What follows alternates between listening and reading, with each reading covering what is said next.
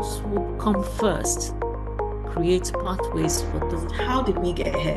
Who are some of the women who laid the foundations? So, I mean, from a personal standpoint, from day one, we have security as a design that is a feature. Had to walk a long way to the toilets. It's not that men did not understand the worthiness, regardless of the sex. A couple of thousand customers and a huge company like Facebook. But the fact that we are going into a different world. Africa's culture needs to be. So what I take from that discussion was the fact that which personally I'm doing the prosper. That's why I decided and operating that infrastructure, the leadership. Good morning, everyone. Good day if you're joining outside the West African zone. Thank you for joining us at this session today. International Women's Day session, Gift to Gain, Building Africa's Digital Infrastructure Together.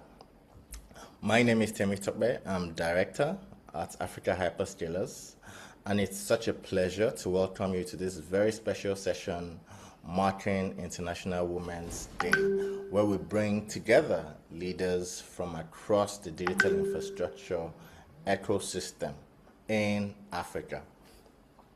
So today, Africa's digital economy is being built on capital-intensive, long-lived infrastructure, fiber networks, data center and cloud, satellites, and the energy systems that power them.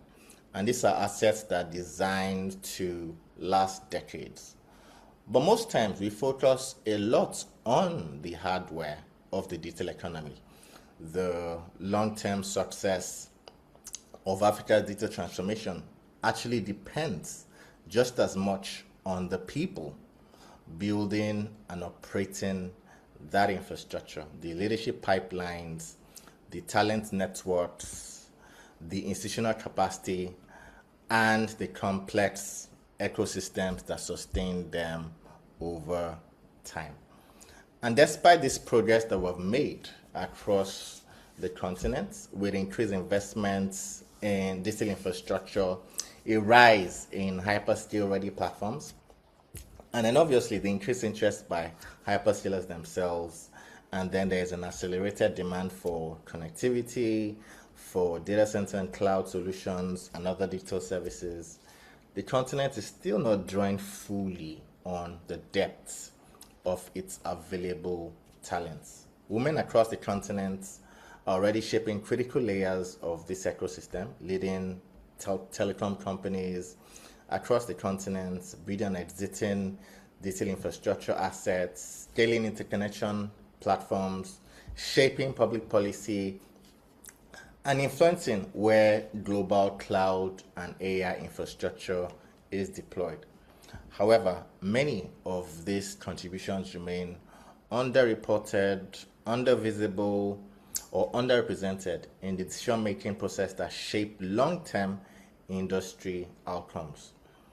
And while our session today focuses on inclusion, it's designed really as a strategic conversation around ecosystem resilience. The theme of today's discussion, Gift to Gain, reflects a powerful principle. Strong infrastructure systems are built when knowledge, access, and opportunity are shared. And today we'll have two complementary sessions. The first, Building the Backbone, Women Shaping Africa's Digital Infrastructure, will highlight and present women who are leading across data centers, connectivity, cloud, business, and policy. And they will explore a bit of their leadership journeys, the structural barriers that still remain, and how mentorship and sponsorship can expand opportunity. And then the second session, Shared Foundations, how collaboration strengthens Africa's digital infrastructure, brings in male leaders into the conversation as active partners, examining how sponsorship, collaboration, and supportive environments help women thrive in demanding infrastructure careers. And together, these conversations will reinforce the idea that resilient digital infrastructure systems are built only through shared responsibility.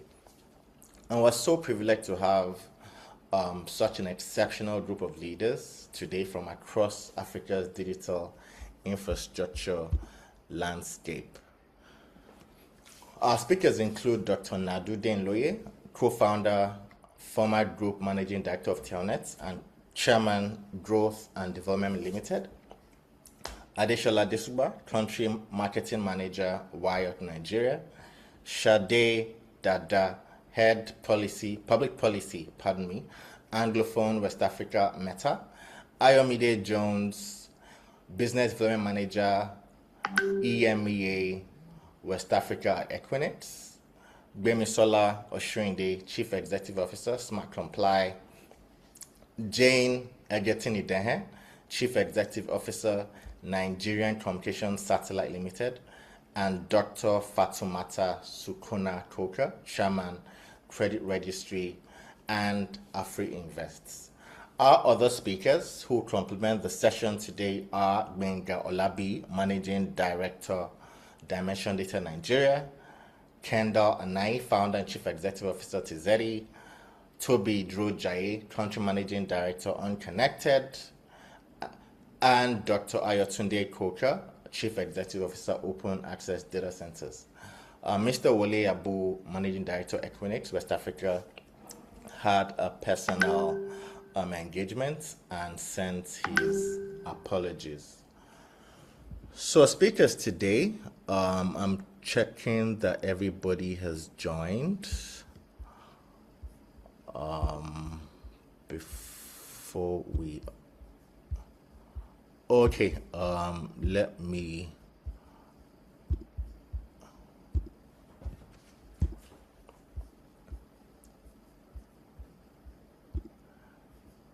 yes, I'm checking. Okay, there were people in waiting room. I think they've been let in. Okay, so our speakers bring in valuable perspectives from different layers of the ecosystem, from global cloud to carrier-neutral platforms, to policy, to cybersecurity, enterprise infrastructure, digital innovation, and so on. That said, it is my pleasure to welcome our keynote speaker, Dr. Nadu Denloye. She's chairman of Growth and Development Limited, GDL. She's the co-founder and former group managing director of Telnet Nigeria Limited, one of the pioneering ICT companies that helped shape Africa's technology ecosystem and incubated 2 of Africa's 8-9 unicorns today, InterSwitch and OPE. She holds a PhD in electronic engineering from the University of Hull. She's a fellow of the Nigerian Society of Engineers and the Nigerian Academy of Engineering. With decades of experience in technology leadership, corporate governance, and strategy, she has served on several boards, including Ecobank Nigeria, the Enterprise Development Center at the Lagos Business School, and the GDL Asset Management, where she currently serves as chairperson. It's a pleasure to have you here, ma. You're welcome.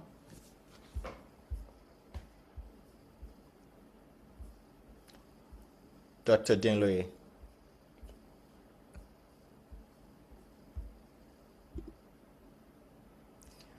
Okay, good morning. I didn't realize I was still muted. Yes, ma'am. So good morning, and thank you to the Hyperscalers team, Temitope in particular, for the invitation to deliver this keynote for today's International Women's Day session. The theme of this session, Give to Gain, Building Africa's Digital Infrastructure Together, is both timely and important. It speaks to the foundations of progress, collaboration, inclusion, shared responsibility, and the willingness to build together. When we talk about digital infrastructure in Africa today, the focus is often on the hard technology, fiber networks, data centers, cloud platforms, connectivity systems, and increasingly artificial intelligence. But infrastructure is never only about technology. It is also about people, values, institutions, and most importantly, builders. Builders who invest their time, talent, and conviction in shaping the systems that will support economies and societies for decades to come. When we started Telnet Nigeria Limited in the mid-1980s, old school, long time, ancient of days, the digital infrastructure we speak about today simply did not exist. There was no internet ecosystem as we know it today.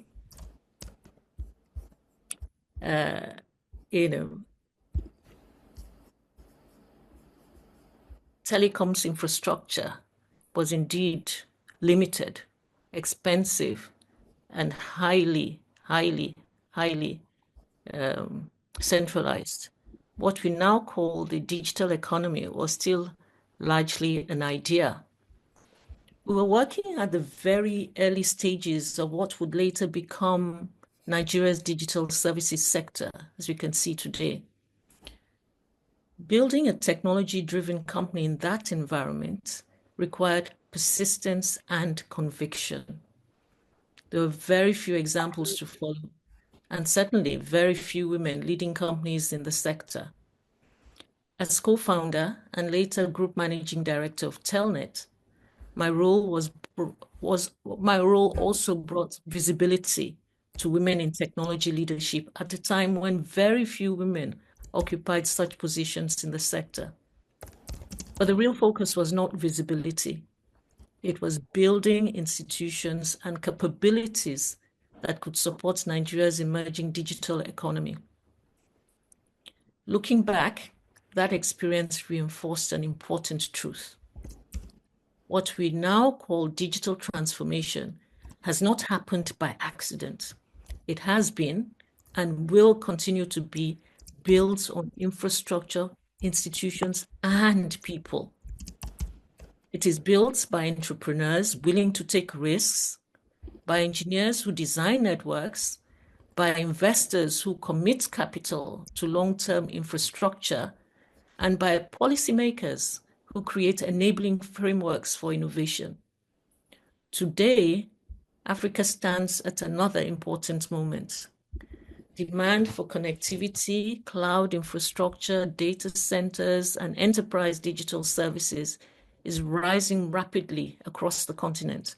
Fiber networks are expanding, data centers are being built, cloud platforms are increasingly central to economic activity.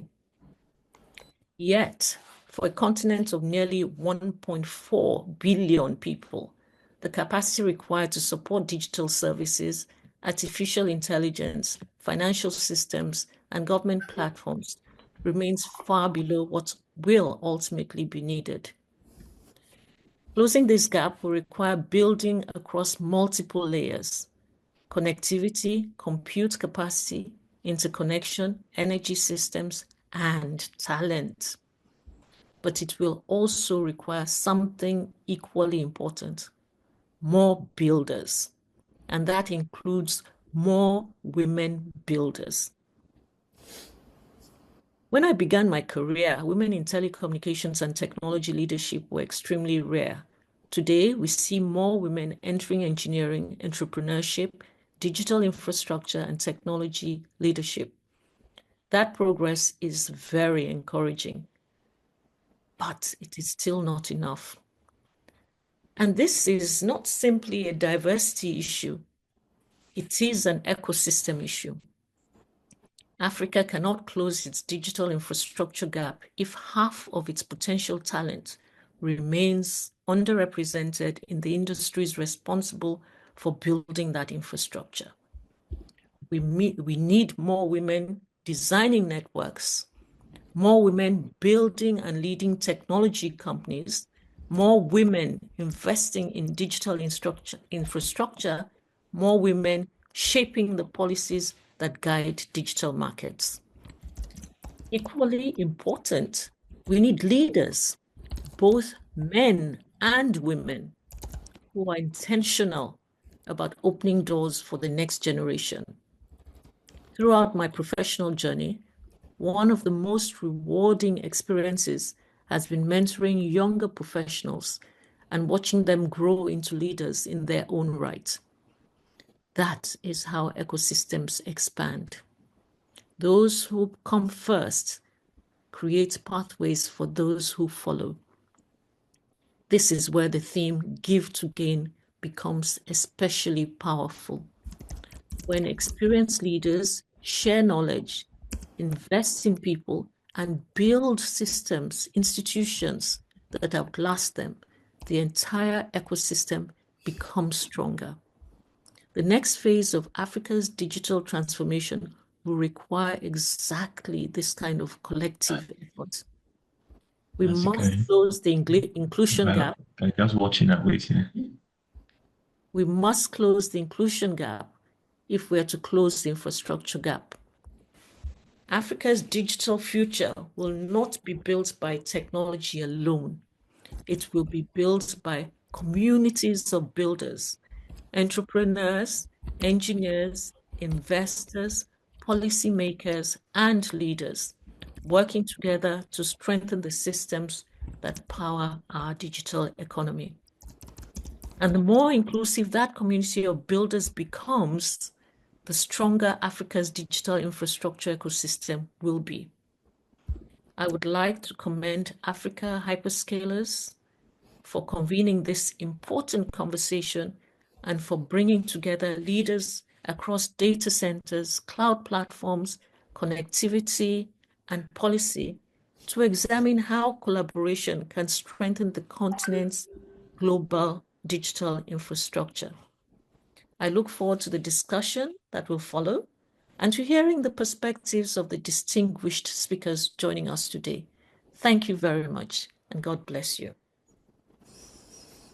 Thank you so much, ma'am.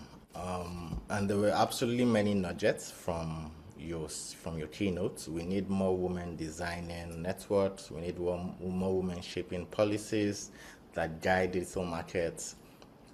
And then what you said about people stepping forward and building is really, really relevant.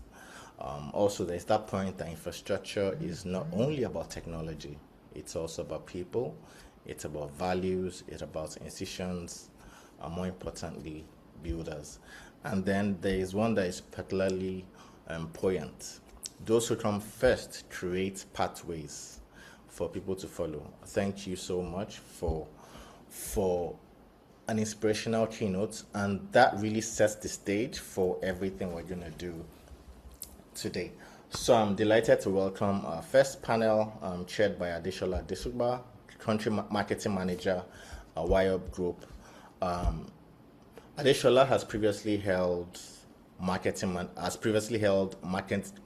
communications leadership roles, Platform Capital, main one, and she holds degrees from King's College London and the University of Westminster. Other speakers on this session include Ayomide Jones, Business Development Manager, Equinix West Africa, where she works for enterprises, network operators, and cloud providers to expand digital infrastructure ecosystems across Africa and the EMEA region. She has 15 years experience across construction, transport, and telecommunications in Africa and Europe, and brings expertise spanning project management, product management, data center operations, and business development. She holds a first-class engineering degree from King's College London and a master's degree from Bayes Business School, also in London. Sade Dada is head of public policy, Anglophone West Africa at Meta, and she leads public policy and connectivity initiatives across the region, focused on digital innovation, broadband expansion, and technology policy. Before Meta, she worked on broadband infrastructure and telecommunications policy at the Wireless Infrastructure Association, the U.S. Federal Communications Commission, and Microsoft. And she holds degrees in journalism, telecommunications, and law. We're expecting Jane. We hope she'll be able to join us. She mentioned she also has her company's IW session today. So I'll quickly do our intro. Jane Egerton Idehe is the managing director of the Nigerian Communications Satellite Limited, NICOMSAT. She's a technology executive with more than 17 years of experience in telecoms and digital infrastructure, and previously served as head of sales EMEA at Meta. She has held leadership positions at Avanti, Ericsson, and Nokia Siemens Networks. An engineer by training, she holds a master's degree from Warwick Business School and has completed executive programs at Harvard Business School and Yale School of Management. Also from Warwick is Gbemisola Osunrinde, Chief Executive Officer at Smartcomply, a cybersecurity and compliance platform that helps organizations manage data risk and regulatory requirements. With over a decade of leadership experience across information security, enterprise compliance, and cybersecurity strategy, she previously worked at Inlax, MainOne, Halogen Group, CyberVagent, and eSentry. She holds a computer science degree from Covenant and an MSc in cybersecurity and management from Warwick, and is a certified CH ISO 27001 lead implementer, CCNE and CCNP professional. Dr. Fatumata Soukouna is the chairman of CreditRegistry and AfriInvest Securities and Chief Executive Officer at YGroup Holdings. She's a seasoned technology executive and board member with over 2 decades of experience across technology, financial services, and corporate governance. She previously held leadership roles at IBM and Microsoft, leading public sector strategy and regional partner programs focused on Africa, as well as serving on the boards of NASD PLC in Nigeria and Bloombank Africa Liberia. She is the current chairperson of CIO Club Africa and co-founded She co-founded the Center for Women and Children Empowerment in Liberia. She holds multiple honorary degrees and lectures at executive MBA programs at the Lagos Business School, AIU Cairo, and others, sharing expertise in board governance, market expansion, and inclusive leadership. We have a very powerful panel, and I'm happy to now turn over to Shola, who will moderate this. Shola, over to you. All right, thank you, Timmy, for that warm introduction. Good morning, everyone, and a warm welcome to this powerful session titled Building the Backbone, Women Shaping Africa's Digital Infrastructure. And this is as part of Africa Hyperscalers International Women's Day initiative under the theme Give to Gain, Building Africa's Digital Infrastructure Together. Today, we celebrate women who aren't just part of the ecosystem. They are the architects, the policymakers, and innovators shaping the very foundation of Africa's digital future. Across our continent, the digital infrastructure story is one of resilience, creativity, and collaboration. From satellites to hyperscale platforms, from data centers to public policy, women have been instrumental in laying the groundwork for inclusive and bankable systems. Yet, as we look ahead, we must ask, how do we continue to build together stronger, fairer, and sustainably for the next generation? Today's conversation traces that evolution, past, present, and future, through the lens of leadership, inclusion, and impact. I'm honored to be joined by an extraordinary group of women leaders spanning the digital infrastructure ecosystem. Sade Dada, who has been previously introduced, Head of Public Policy, Anglophone West Africa at Meta, driving regulatory collaboration across platforms and governments. Ayomide Jones, EMEA Business Development Manager, West Africa at Equinix, shaping global interconnection and data center strategy in Africa. Jane, who will join us shortly, the CEO of NICOMSAT, leading satellite infrastructure and connectivity across the continent. Dr. Fatumata Koka, Chairman at CreditRegistry and AfriInvest Securities and Chief Executive Officer at YGroup Holdings. Gbemisola Osunrinde, Chief Executive Officer of Smartcomply, advancing compliance technology and innovation from the ground up. Ladies, thank you for bringing your voices, experience, and leadership to this critical dialogue. Now, let's get into it. Before we dive into the discussion, I'd like to frame today's panel around 4 key themes that we'll be exploring. The first is legacy and leadership. Who are the women who helped build the digital backbone of Africa? And how have their legacies shaped today's ecosystem? The second theme are the barriers and breakthroughs. What's changing for women entering the field today? And what still holds us back? Thirdly, design and governance. How are women's leadership influencing decisions about infrastructure, sustainability, market structure, and inclusivity? And the last theme, continuity and collaboration. What must we prioritize across policy, capital, and execution to ensure a resilient, equitable digital future for Africa? Without any further delay, let's get into the discussion. I'll direct the first response to a speaker based on their area of expertise, and then I'll invite the other panelists to build on the discussion topics. So, starting with Sade, I think I'd like to start with history and context. How did we get here? Who are some of the women who laid the foundations for Africa's digital infrastructure?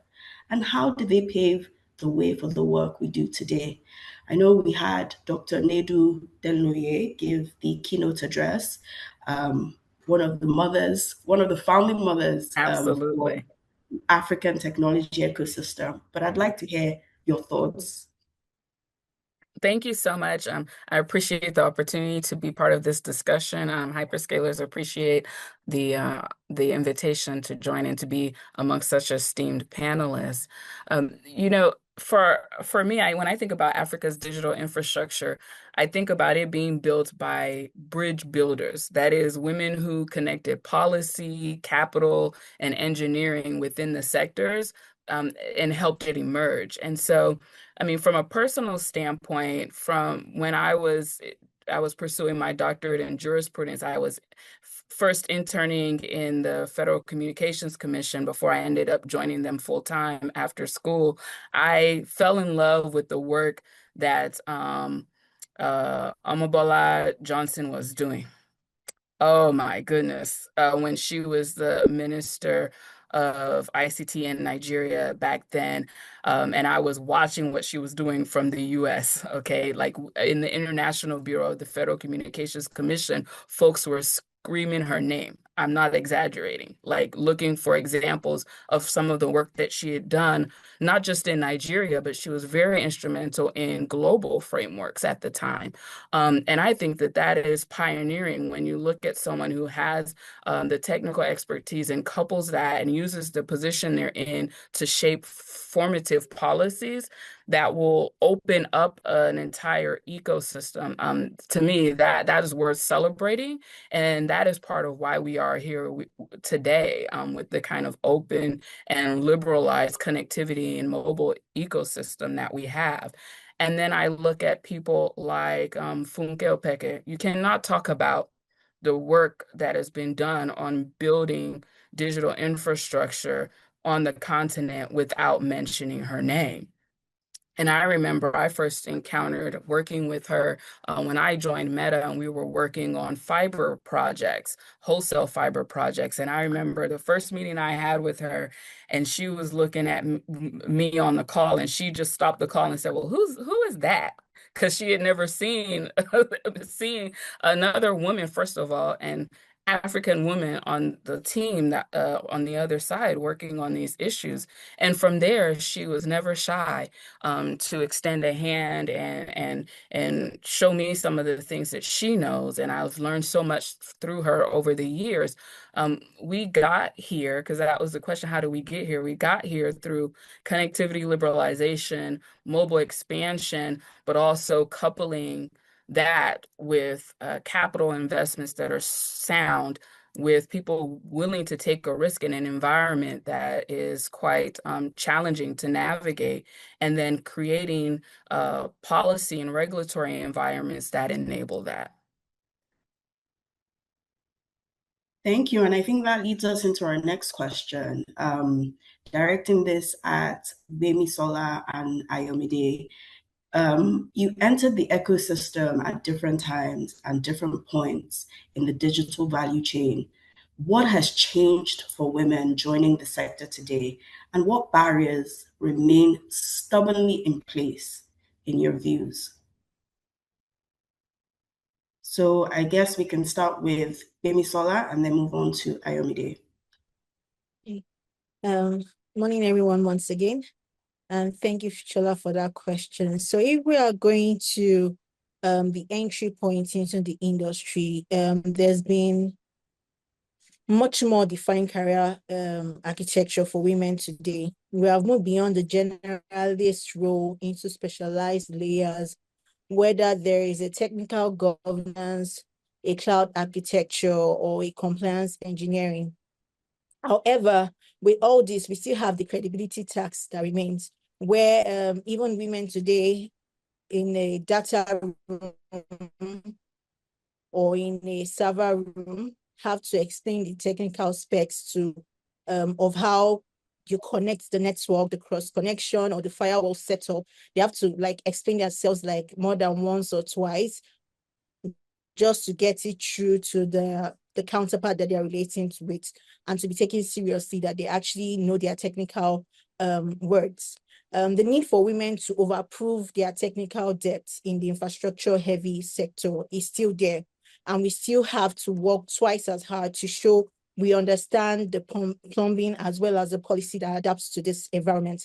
And just to now lead us to the second question, where the changes now in the infrastructure design, in design, governance, and sequence is where we have women that lead the governance layer side. So we're shifting from just being capacity builders to actually putting integrity into the infrastructure that we're building.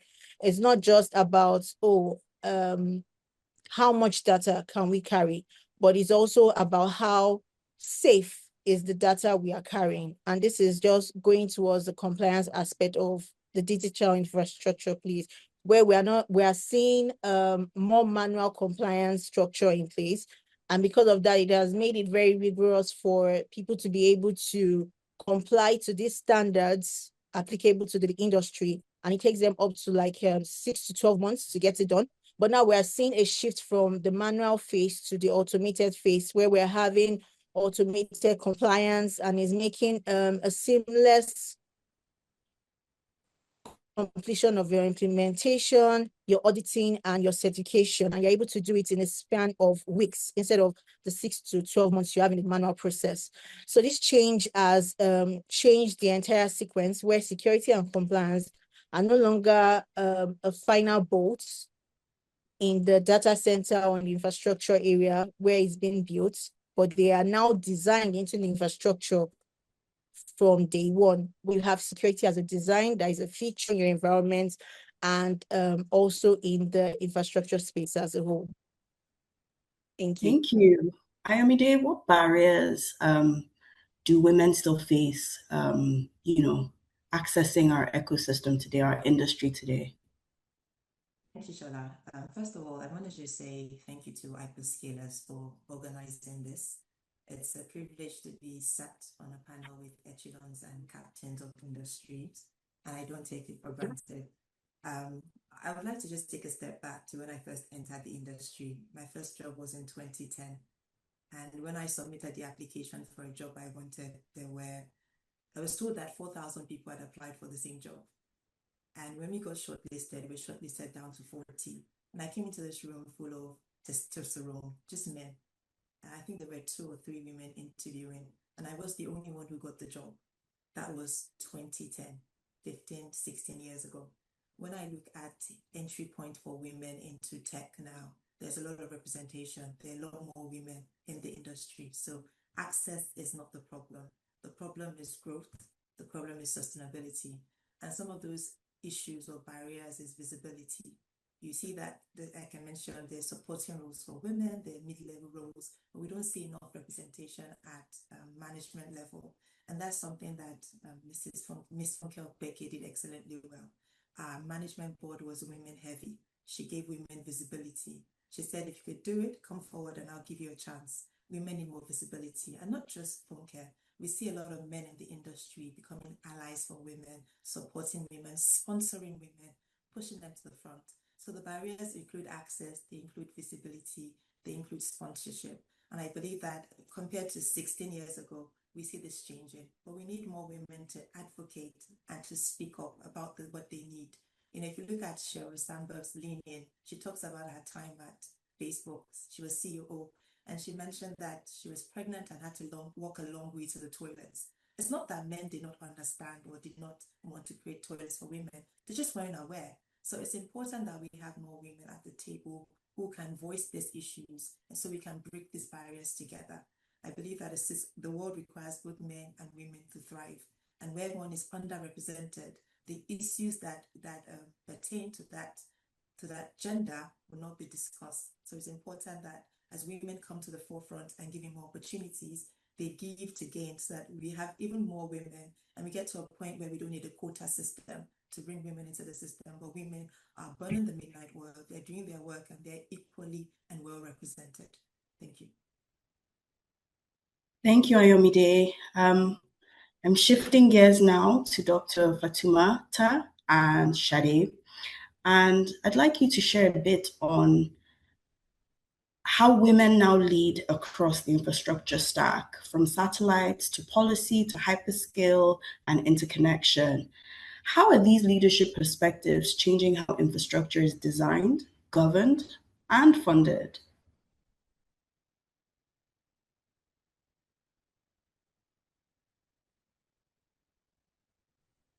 Good morning, everyone, and thanks again to Hyperscaler for having me on this panel.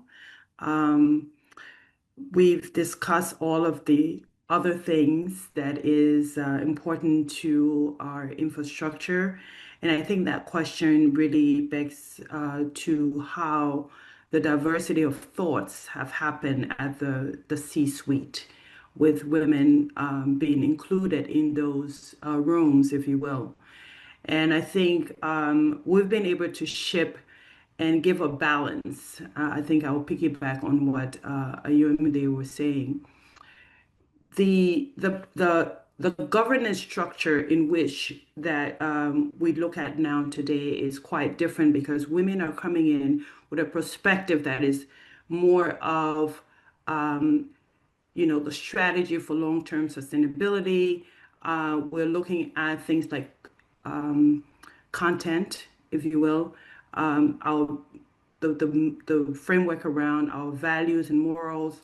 What does it mean for those that are on the fringes of society?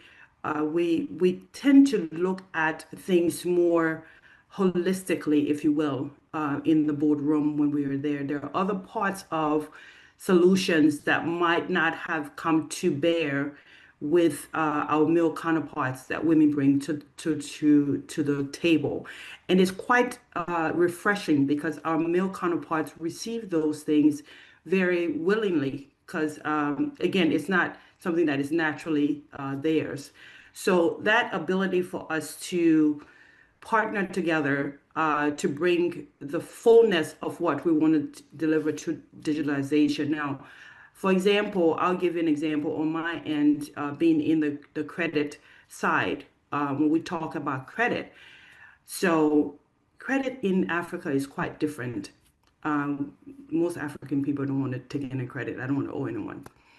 But in the Western world, that's how they're able to have access, right? Access to funding, being able to get things now and pay later, kind of thing, based on your integrity and your credit worthiness, right? And a lot of women are they have credit worthiness. We know how to manage and pay and all of that. And so being in the credit world, we see a lot of times we find that, commercial institutions, and so forth, they are not looking at the risk that, our male counterpart carry. They think that we are, kind of, I want to say, more of hesitant, we're too cautious when it comes to going into those, those opportunities. And what digital has done for us is kind of remove the face. So you're looking at data on a person. You're not looking at the female or the male. You're looking at the data, and you're able now, as an institution, to see the creditworthiness regardless of the sex, right? So that's kind of an important place that we come in as credit registry to make sure that we are strengthening the access to funding for women in the industry. And also the men are now more and more interested in that demographic of the marketplace. The same thing with stock markets and securities. A lot of people think that trading is about, men. But today, the data is showing that a lot of women are trading, and they are able to be in the security world and do a lot. In fact, in AfriInvest, for example, we have a huge population of women that are leading in AfriInvest as well. So I think the prospect for the gap is pretty much positive. It's about whether or not more and more of us want to be at that table and take that opportunity up, because digitalization is something that it's not biased, really, because you're looking at the data and it's available to give you the right kind of information to make decisions. So I think when we think about that inclusion, and we think about, how digital economy should roll, we should now start to really go from trying to get in, because we're already in. I tell women all the time, you're already in. There's no, I'm waiting to get in, or there's a barrier. You're in. What is it that you want to do now that you're in?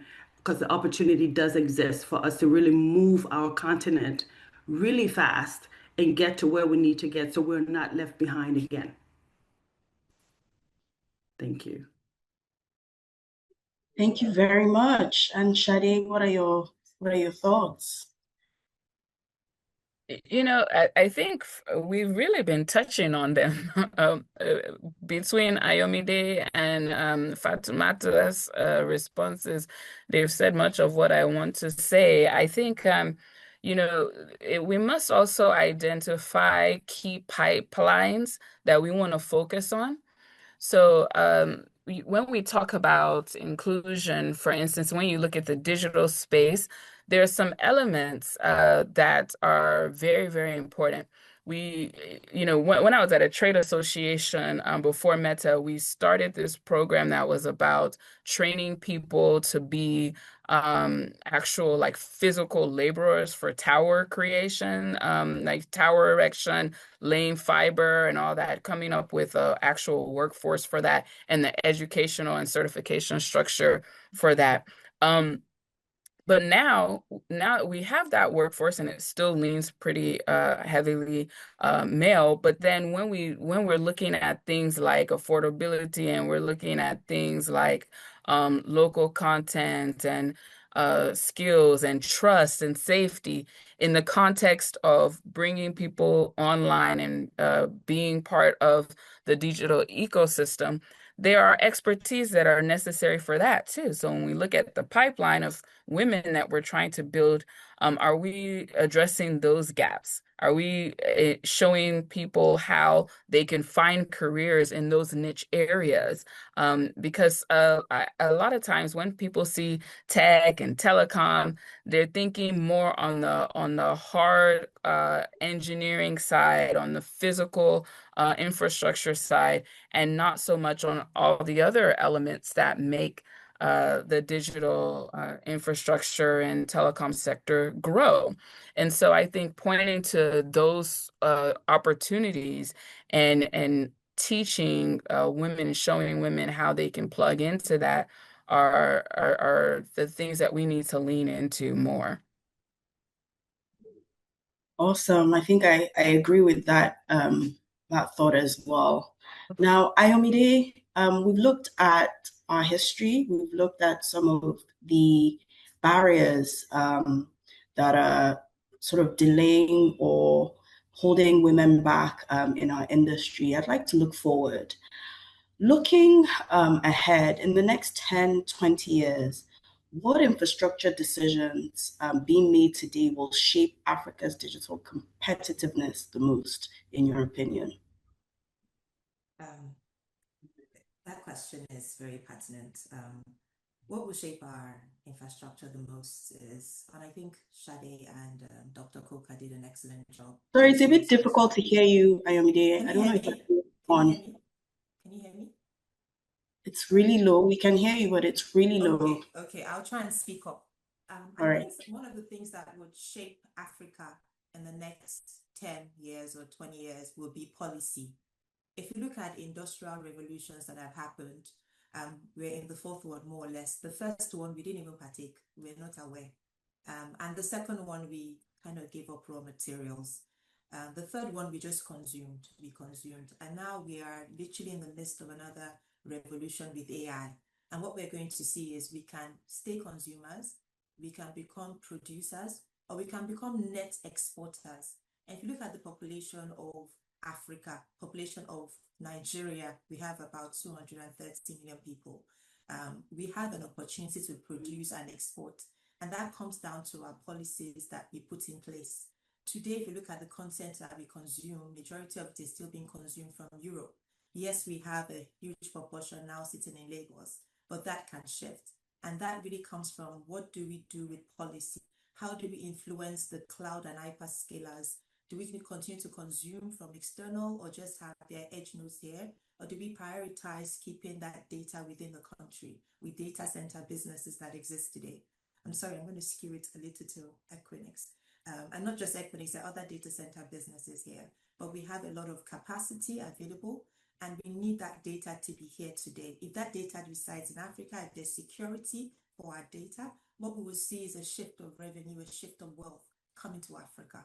And it really comes down to us, not just women, men, the government, organizations, institutions, putting policy for cloud sovereignty, data sovereignty in place. I think that will be a real shift for the next decade to come.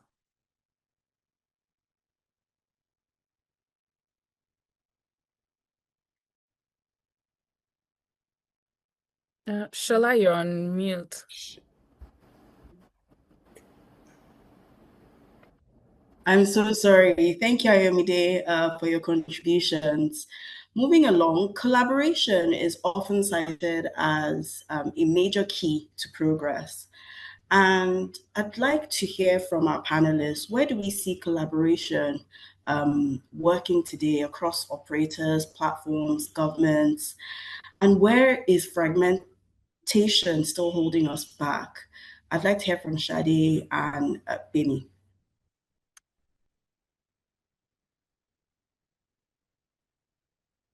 So for me, I feel like collaboration works where incentives are aligned, so not where it's forced. Fragmentation seems to persist where rules and infrastructure kind of stop at borders. So we have to look at how we can collaborate across borders and have the right incentives to do that.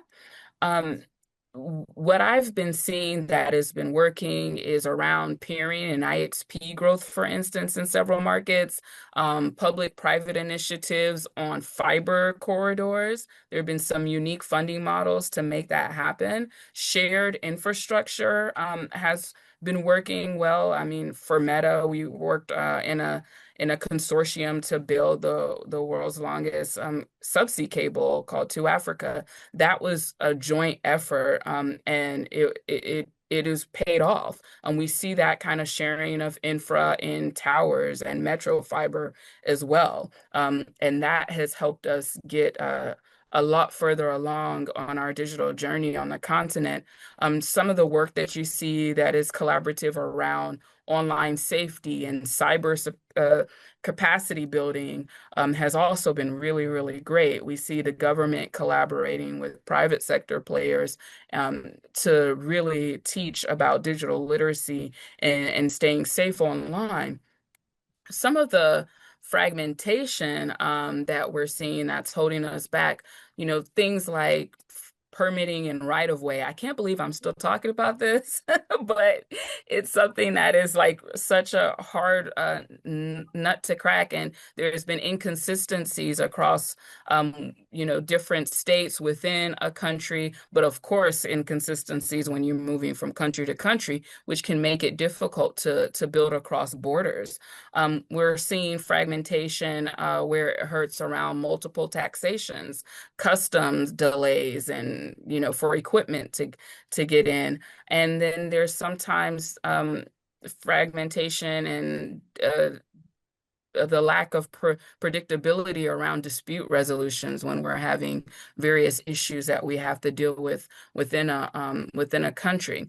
So I think that we need to have fewer one-off MOUs that we kind of see people entering that are more for camera than they are for actual execution, and have more repeatable frameworks. So like model legislation, model rights of way, how do you do that right? Model dig once policies that can be implemented across multiple states, across multiple countries, and then have structures around what does getting public-private partnership right mean in our context, in the African context, where we've seen it work very well. We can repeat it. That having repeatable frameworks, I think, is going to be key to moving us forward. We have like 54 rule books on the continent of how to do this. We have to use the resources that we have through regional bodies such as ECOWAS, and then also what we have through the African Telecommunications Union to try to come together to create those frameworks that are necessary. And I think that when you really think about it, we're becoming a more global society, and consumers generally, they don't care about borders. But policies do, and that's not working for us most of the time. So we have to consider some frameworks that will enable us to be able to move smoother across borders, kind of like what we have with mobile roaming. So maybe some of those principles we can apply to how we structure frameworks that'll be lasting. Thank you. I think the world is, even more connected beyond boundaries in today's world. And, an example of that is, what's currently happening with Israel, Iran, and the US. So you are right. Gbemi, do you have some additional comments in terms of collaboration and fragmentation? You're on mute. So thank you, Sade, for that. I think it also aligns with Sade, but I'm coming from the aspect where collaboration is seen more in the hardware level, where we see data centers, interconnection, and how internet exchange points allow data to flow seamlessly across border. But move from the fiscal layer of things, regulatory layer parts, where Sade also touched on, where we eat war with that because the regulatory fragmentation of African digital economy development. So problem, I'll say, let's take an example. Most fintechs now that are coming up, they are expanding across different regions, different countries, across different continents. And there's that aspect of it where they have to have the manual audit in place, and they have to streamline their process into those different regions that they're going into, whether they're hosting their information there or not. And then you see the part where it becomes exhausting, it becomes expensive, and it becomes redundant from them. And then you ask yourself, how can we make this seamless? Where, and this is coming back to one of the parts where we spoke about data sovereignty in terms of regulatory policy, in terms of the AI aspect that we're having in place, standard or AI governance that speaks across a particular continent, like we have across the Europe, we have across the United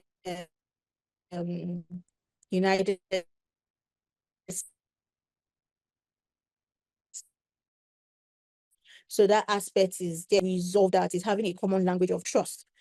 So in Smartcomply, where we have done it in a way that we've been able to streamline most of this regulatory standards that are cross-border, and being able to bring a platform where it's easy for people to be able to apply those standards across the various regions which they are putting their information or they are hosting their data in. And when they eventually go and meet investors or other global companies that they want to partner with, they're able to have that streamlined process presented to them to let them know that, okay, based on your regulation in your own country or your own environment, being able to streamline that and being able to comply to that. And they also give the evidence to let them see that they are seeing the evidence collection, and also making them prove that security is a design for them. They put that security posture in place, whether they are in Lagos, whether they are in London, whether they are in Ghana, wherever they might be. The security design is consistent across board. That's what I'll say. So collaboration is nice to have, but where harmonization come in place is having a trust standard. We reduce the cost of doing business for every African startup. We move from fragmented markets into a single bankable digital trade, where we can engineer a unified market into the reality in the digital space. That's what I wanted to add, Shola. Thank you, Gbemisola. Now I'd like to open the next question to all the panelists. And the question is, if Africa could get just 3 things right over the next decade across policy, infrastructure, design, and leadership, what will make the biggest difference for our digital backbone? Any volunteers to go first? All right, so before we go to that, I just wanted to add to the conversation that was happening with the collaboration. I think one thing that came to mind as Sade and Gbemi were speaking, there is what is called the African Union Digital Strategy. I don't know if all of we're aware of this. And it's within the AU, and they've done some extensive study and work around it with Harvard Business School. And it talks about in 2030 that majority of the continent should be included in the digital economy, right? Starting with the infrastructure that we're talking about today. And I think what is the collaboration that is missing is the finance part, the digital economy part. It's important that, hyperscalers and all that are working together remember that, because Africa is indeed part of the economy, the digital economy. And how do we collaborate together on the continent to make sure that we are not left behind, like I said before? And that's really important. We are 60, at the time that this study was done, we were 60% of the consuming economy on the continent and employed, if you will. And that's a lot of numbers of women that are part of the economy. And we do not collaborate, we should not collaborate outside of the digital economy side. While we talk about the infrastructure and what needs to go in and so forth, even in that particular document and strategy, there are works that were done to include all of these challenges that we just talked about. And I think more and more we should go back. One of the things I always say about Africa is that we have all the documents, all the laws, the rules, the policies. We don't need no extra nothing. All we need to do is execute on those things that we already have and stop recreating them. So the more we speak about those things as if they don't exist, the more we will recreate them when they've already been created. What we need to do is execute them. So I wanted to add that, if you haven't seen that document, please go and look at it. It's really powerful. I think it's something that all of us here can start to look at. We might not want to go into the rebuilding hyperscalers. Maybe we'll use what is existing, but then let's use it in a way that does not restart, but really just build on based on what we already have. Because like Sade has said, there's a lot of MOU that's been signed and shaking hands and pictures and all of that, but we can execute on those things and they're readily available. We do have now a lot of the financial sector that are coming to, to invest. Actually, we're not looking anymore for foreign investors to come in. We actually are creating our own instruments on the different stock markets across Africa to be able to invest in these things ourselves on the continent. And that's where we need to collaborate more and not be fragmented, because the more we can bring our money to bear, the more we can then influence some of those executions on those policies and even retreat those policies to make it more valuable for us on the continent. What it is our values or how we spend and when we spend and all that stuff, we now have a voice at the table as Africa because now we have our money on the table. I just want to add that before we get into the legacy part. I'm sorry.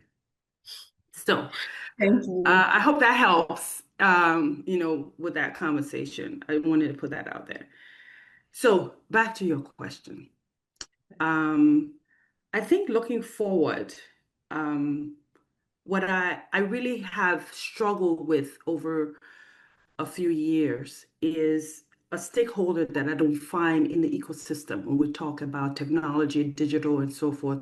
One of it I've spoken to because this is financing as well. But also, there's something that troubles me. And I think it's something that since we're probably mothers and sisters and all of that we can talk about here, is the ability to have parents as part of the conversation when we talk about digital. African parents on the continent. I think it's important that we understand that if the content and the things that we're doing that will expose our children and our next generation, and you talk about legacy, right? That legacy that we want to put out, that, it comes with leadership, and leadership comes from the home where the parents are now part of that conversation. Like we send our kids to school, we pick the schools, we know the teachers, but technology takes us away from that because most of the time our African parents are clueless.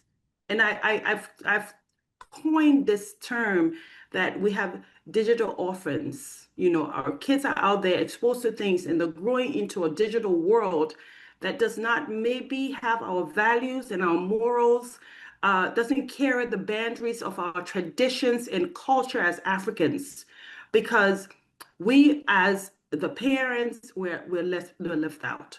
So as we are digital citizens and leaders and women talking about this particular, futuristic thing for our children in the path, I think the question for me is, how do we bring those stakeholders in? When and where do we need them to be heard? So we're structuring a sustainable legacy for our children. So 5 generations from now, we're still Africans. We can still tell the same jokes and they get it.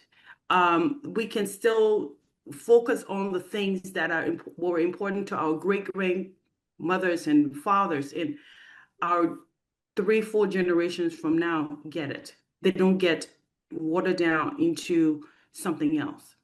And that, I think that's kind of what I think this legacy should help us think about.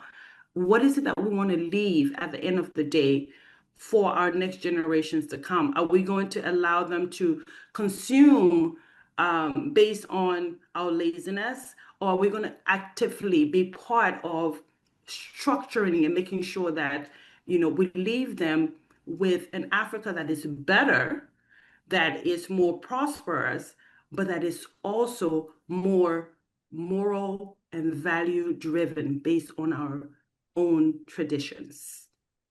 So sorry for being so philosophical, but I thought I'd just put that out there. Thank you, ladies. And thank you also to the gentlemen. I think that that's a very, very important contribution, because there's a lot about sort of children now having access to a world that a lot of parents don't even know about. I know Roblox, for example, has gotten a lot of backlash in terms of what is available on the platform that is now accessible to the next generation. So that's a really, really important perspective that I think we all need to take back and think about. So thank you very much. Ayomide, did you want to contribute to that? Thank you. Can you hear me?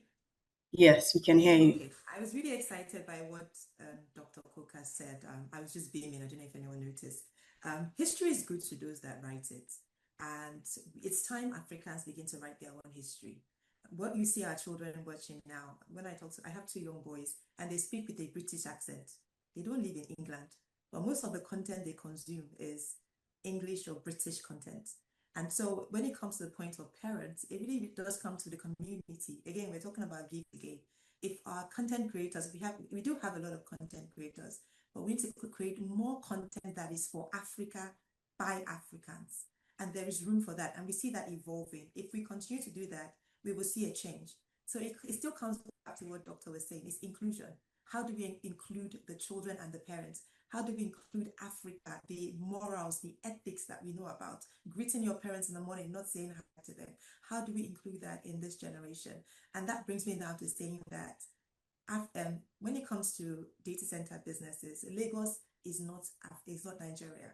We need to get that inclusion out of Lagos. We need to build fiber outside Lagos. We have Project Bridge building 90,000 kilometers of fiber across the country. That would densify connectivity. That would bring reach. I was on a panel a couple of months ago, and we were asking the audience, what is your biggest challenge? And they said connectivity. I'm like, no, connectivity is great in Lagos. I was reminded that Nigeria is more than Lagos. What happens when you go to a remote village in Ogun State or in Osun State? Do they have the same connectivity reach and quality of service that we have in Lagos? So this is a call to build for inclusion, to build for the rural areas. And we see satellite coming in to do that, to complement what fiber is doing and to reach those remote and rural areas that fiber cannot reach today. So that's what I would like to add to it, is we need to include more. We need to build beyond Lagos. We need to build into the triangle, which is Abuja and Port Harcourt, and even beyond that. And if we do that, we will see the wealth on the continent increase. We'll also see just more reach and more access for everyone. Thank you. Awesome. Any additional comments from Sade and Gbemi? Sure. Yes, I mean, you asked for 3 things that if we could get this right over the next decade, for me, I would summarize it as predictability, resilience, and talent. So you talked about in the question policy and design and leadership. So for me, under policy, that predictability, make investment predictable. That means you have to have stable rules. You have to have fair competition. You have to lower friction, like we talked about earlier with rights of ways, permits, and taxes. Then when you look at design, you have to build for resilience. That means you have to have power. We're struggling with that in a number of places. Redundancy, security, that all those things are extremely important to have resilience in mind. And then when you look at leadership, the talent, we talked about the pipeline in this conversation. We have to build the bench. So you got to have the skills development. You have to have sponsorship. And I think we spent a lot of time in the last decade and before focused on mentorship and getting people to be mentors. But mentorship gets you to the door. But I think sponsorship gets you through the door. And we've got to really, really get the pioneers in this sector to do that. There are a number of organizations that are focused on that, especially for women now, and I'm really happy to see that. So I think with those three things, predictability, resilience, and talent, we'll see that we're moving in a more expeditious fashion to get to our digital transformation goals across the continent over the next decade. Thank you. Gbemi, any comments? Yeah, thanks, Shola. So hi, going back to three things we will do right for the next decade. So I'll be going from the aspect of moving from the culture of fixing to actually the culture of protecting. And I'll be focusing on three areas. So the model of foundation, the consistency, and also the value of inclusion. So when we say the model of foundation, this is into everything we do. So we must stop treating security and ethics as an afterthought, being a sense that when you come into a gathering where they talk about, oh, what is going into the infrastructure, what do we need to put in place, the fiber cables, the stacks, the connection, the connectivity, and all that. But at the end of the day, they also be part of the design when they are having all those structures in place, which to build. We need to build it into our infrastructure where we cannot build African cloud and AI models and not add compliance into it. We need to build integrity into the very first line of code that we put in place. So that brings the moral foundation of our digital backbone. And that helps in structuring the position of our infrastructure, and also helps us also not to fall into regulatory detriments in terms of they are not complying to standard because that security was not in place from the beginning. The second will be in terms of radical automation. So that's the standard of consistency, where in the infrastructure world, we are obsessed with uptime of power and cooling. We want to make sure that there's availability. We want to make sure if anything happens, the generator is picking up, or for some that are using the natural, the water plants to power up and running. But in the midst of all that, we need that same obsession with trust. And when I say trust, is being that as we're running our environment and we're obsessed with uptime, we should also have the obsession for trust, meaning information that we're keeping, how secured are they? How are we, how will I put it now? How are we ensuring that where we say the data or information are, there are no external factors or external malicious actors accessing it? So move away from the 1 year manual audits, the old way of having your orders, fiscal in place, into a continuous. And then last but not the least, where we talk about the value of inclusion, where our value is honesty and transparency, we make sure that in every so apart from just having women in the boardroom, in every server room, in every SOC environment, in every infrastructure or connectivity team, you have a woman that is involved in it. That's for leadership continuity.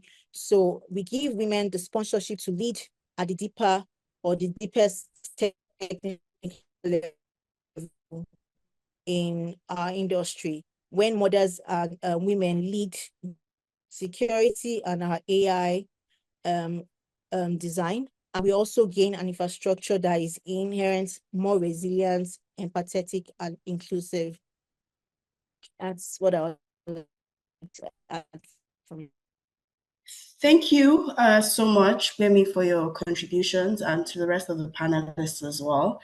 I've been told that we don't have any more time left, so I will close this session with a few remarks. As we've heard today, building Africa's digital backbone is more than an engineering or an investment challenge. It's an act of collective vision and collaboration. It's about governance and inclusion as much as gigabytes and growth. If there's one thing today's conversation makes clear, it's that women aren't just participating in Africa's digital future, they're powering it.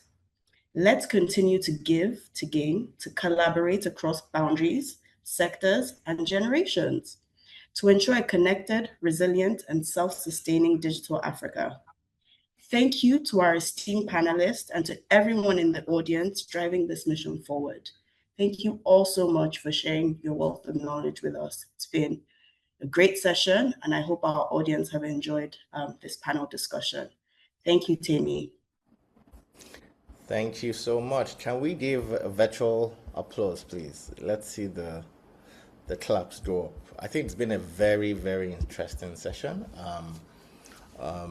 Just very quick highlights. Dr. Fatumata spoke about diversity of thoughts, and then she spoke about digital orphans, having people online who their parents, African parents, don't really know much of what they're doing, bringing them into those conversations. Ayomide spoke about now the AI era, we need to do more than consume. We need to export, we need to produce.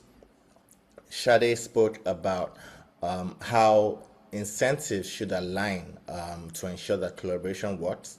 And she gave some instances of how collaboration had worked. And she spoke about repeatable model frameworks that we can use not just in one country, but across 54 countries, e.g. right of way. Gbemi spoke about more specialized roles initially, more general roles initially, but now more specialized roles, and how now we need to add more compliance and integrity into the digital backbone. I think it's been a very interesting session. We nearly didn't want it to end, but we have to quickly go to the final session where we'll be speaking. Now, the men are going to reflect on some of what they have heard and also sort of share what they have been doing and what we can all collectively do to improve digital resilience. So it's my pleasure to quickly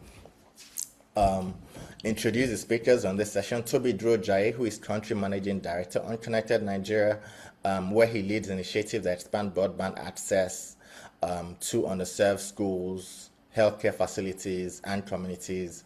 And they have supported connectivity for over 12,000 learners and more than 1,000 MSMEs. He has an engineering degree from Covenant University and an executive MBA from Quantech School of Business and Technology, and he serves as advisory board member on Women Technology Empowerment Center. Gbenga Olabiyi is Managing Director, Dimension Data Nigeria, where he leads the company's strategy and operations across enterprise technology and digital infrastructure services. With more than 2 decades of experience across ICT and telecoms, he has helped expand the company's footprints and support multinational and local enterprises entering the Nigerian market. He holds a BSc degree in electrical and electronics engineering from the University of Lagos and an MBA from Edinburgh Business School, with executive education from Harvard and the Lagos Business Schools. Kendall Ananyi is founder and chief executive officer, Tizeti, an internet service provider operating in Nigeria and Ghana. He has over 18 years experience in telecommunications and information technology, and previously has worked at ExxonMobil, Microsoft, and PricewaterhouseCoopers. He holds a master's in electrical and computer engineering from the University of Victoria, Canada, and a bachelor's degree in electrical electronics engineering from the University of Benin. The second Dr. Koka, Dr. Ayotunde Koka, is Chief Executive Officer of Open Access Data Centers and former chairperson of the Africa Data Centers Association, where he played a major role in growth of Africa's data center industry. However, before Open Access Data Center, he was the CEO of Rack Center and has a track record as a global CIO, leader and builder of technology-based businesses with board level and executive experience gained across Europe, North America, Asia, and Africa. He holds a Crown-Field MSc and an honorary doctorate from SK University, and he has been recognized among the global top 30 edge computing leaders by the Global Data Economy magazine. I'm privileged to moderate this session. I'm Director of Africa Hyperscalers, previously led marketing, commercial, and strategy teams at Main One, Veraki, formerly known as Accenture Nigeria, and Tizeti. I have 16 years experience, undergrad and postgrad degrees from the University of Lagos, an executive MBA from the Lagos Business School, and executive education at Yale School of Management, IE Business School, Egade Business School, Stockholm School of Economics, and the National University of Singapore. So intro's done. I'm going to jump right into it with a reflection to the men, starting with Kendall. So what's your takeaway from the first session, Kendall?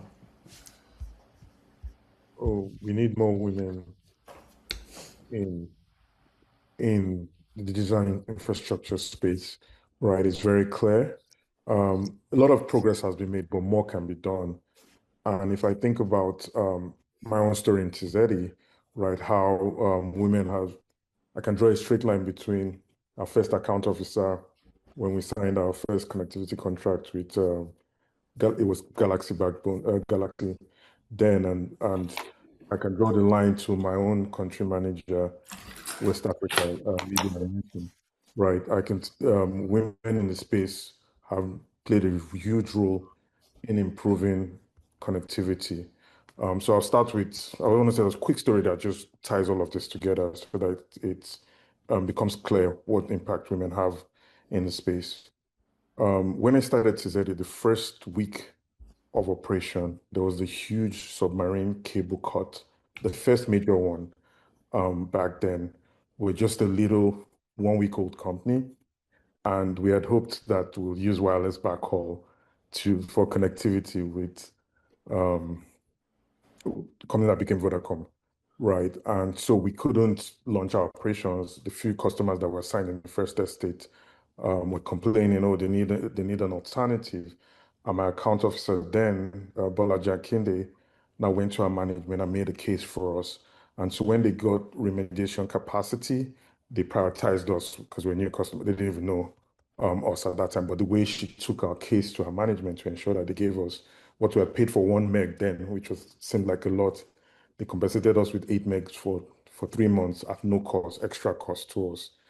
And at that time, there was the company that actually stepped in across Nigeria was Main One, but we couldn't afford Main One service because it started at 10 megs because we're a 1-week-old company. But it registered in my head that, you know what, when we get bigger, we need to sign up with this company that was able to save or restore capacity to Nigeria because this was a huge submarine cable cut.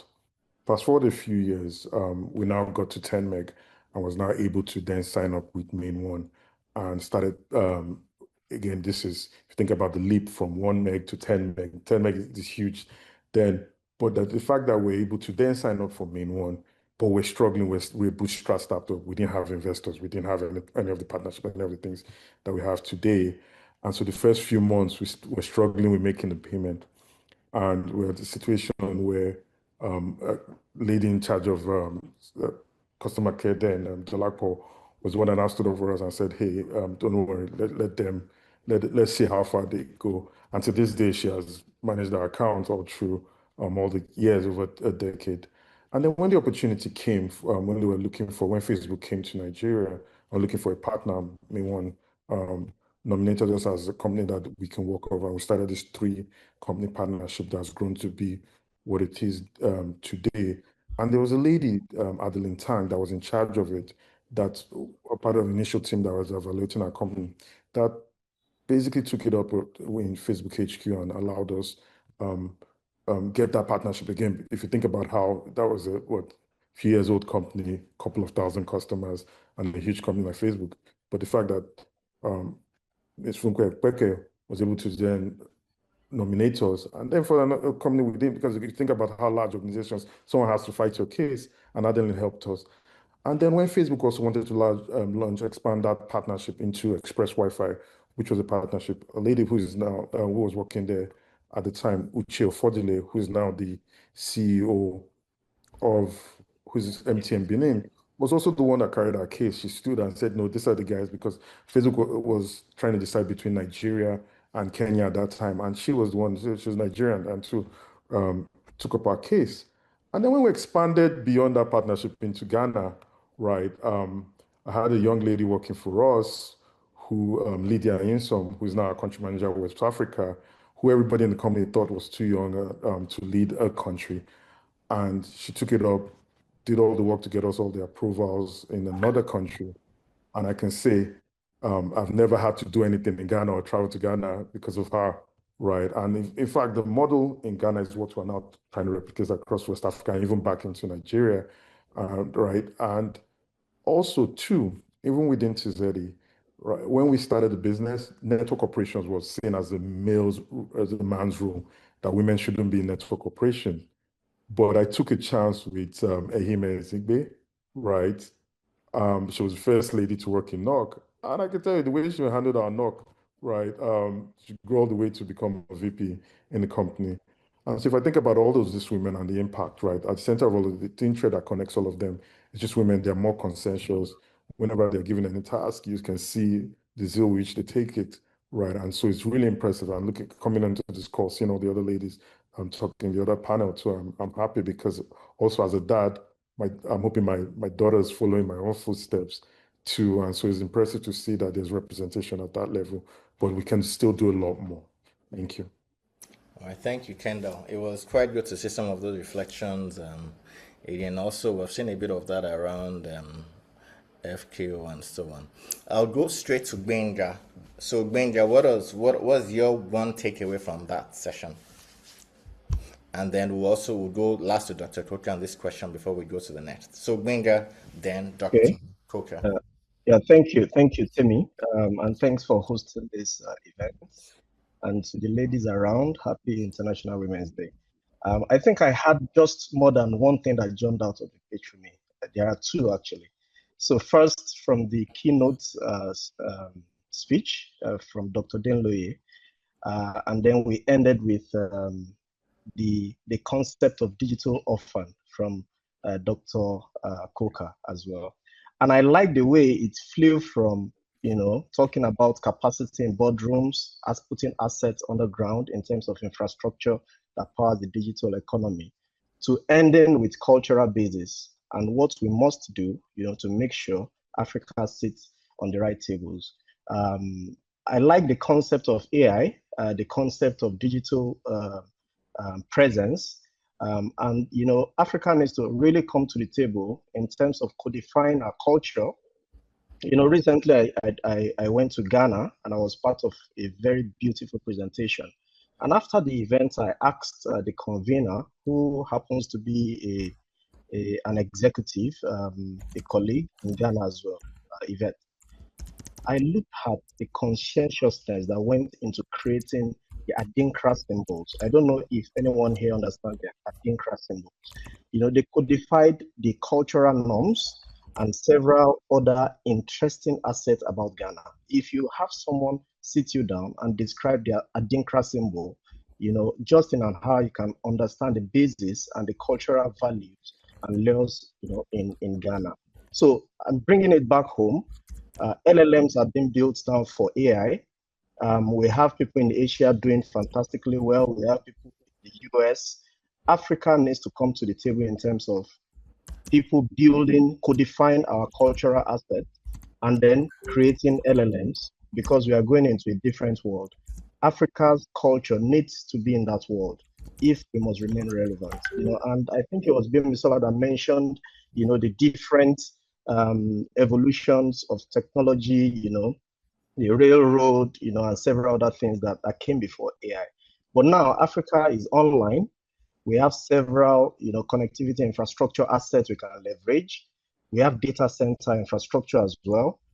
We might be lagging behind in terms of the energy systems that power AI. But I think we have all the tools. All we need is capacity. And that takes me back to the opening keynote address by Dr. Denloye. So a few people, will know that I started with the Telnet group. I started with IPNX about 2 decades ago. Dr. Denloye and Dr. Buriankeru of blessed memory, they were the founders of TechInvest, who then created Telnet, IPNX, what we know today as InterSwitch, so it helps to know the basis of the founding fathers and mothers of the industry. Now I'll go back to her quote that really jumped out of the page for me, which was, those who come first will create a pathway for those to come. And, I would like to use this open forum to appreciate, the foundational work they did, to get and to curate and create, very good leaders for the industry, and not just in Nigeria, for the rest of Africa as well.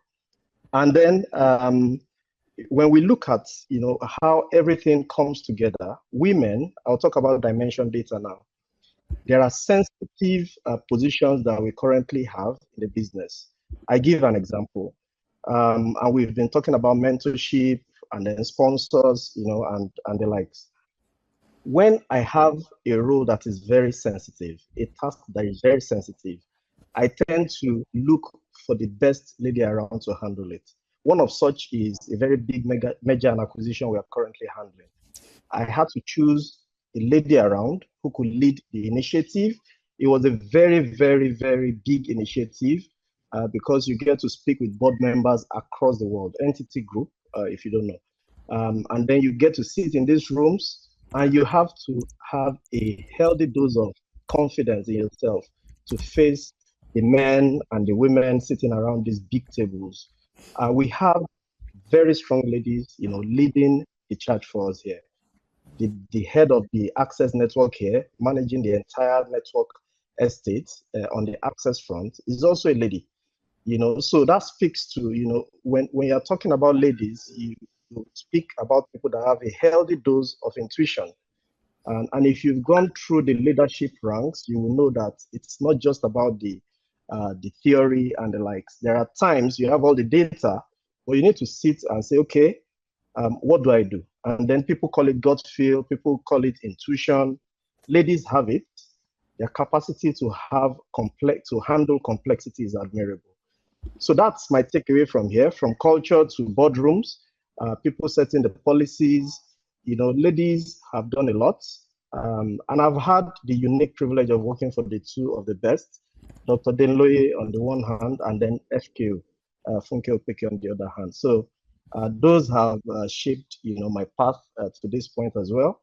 And I'd like to appreciate, the impact the ladies are doing. And to round this up, I would just say we need to be deliberate.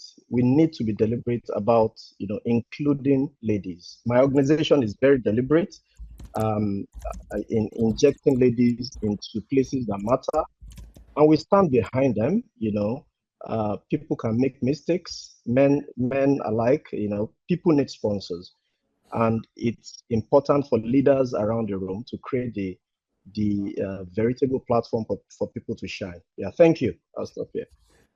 Thank you so much, Gbenga. On to Dr. Koke now. Dr. Koke. Good day, everyone. It's great to be here. And a great discussions. I think what Gbenga has said, a lot of what he said resonates with me. I won't go over that again.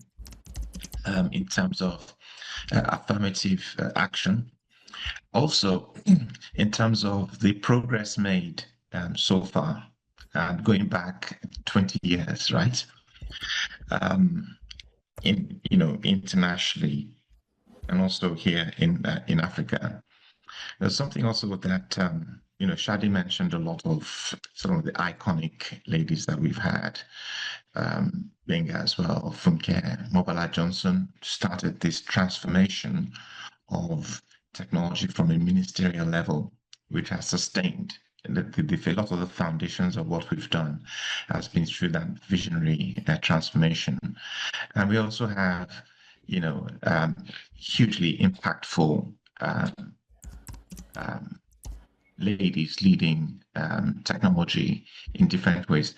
At YGroup, of which Open Access Data Centers is part of, well, it's my colleague Adesola here, for instance, a significant number of our global directors for sales are ladies driving the change. It kind of just happens that because affirmative action isn't, oh, we must do affirmative action. If it's in the DNA, it will happen. And you just create the platform and the environment because it's in the DNA. And it's good to see that in many organizations, that's where we are now. I was looking at the list of my senior manager colleagues in WIOCC group, so Nigeria. I always see what we do from the country point of view for the group. And it's actually over 50%, a significant number of the senior managers. Now, so because it's in the DNA, right? And the affirmative action is natural. Now, I just step back in my own experience, coming back into Access Banking and banking industry. And in that, I really wanted to have a diverse leadership team in technology, the CTO role, in what we're doing, in strategy and so on. And I found it very, very difficult to find the talent. And you see, you also have to be deliberate and careful in your actions, because if you put the wrong person in the role, the detractors will say, well, there you go. You see, it's not right. So you have to make sure that you have the right levels of skills of a skilled individual, the lady that takes the role. This is now going back about 17 years now. So in failing to get that diversity that I expected, and for really trying, I realized I had to work strategically. So I started to, in the industry, for me was about the industry, not about just the bank. I was a group CIO for, started to make sure that we created the interest in technology in different spheres. There's security, there's the technology management, architecture, project management, project delivery, relationship management around the business, because technology really leads the business. And started to drive that over time. And actually, I started to reflect in the number of CIOs, lady CIOs we have in the industry now, at Africa level, at banking level, the CIO for First Bank, Standard Chartered Bank. We had in Stanbic Bank. Now, these are Africa-wide roles there as well in different ways. And you start to see some of the effects of those seeds. To get the oak tree, you start with an acorn, and that's starting to pervade now.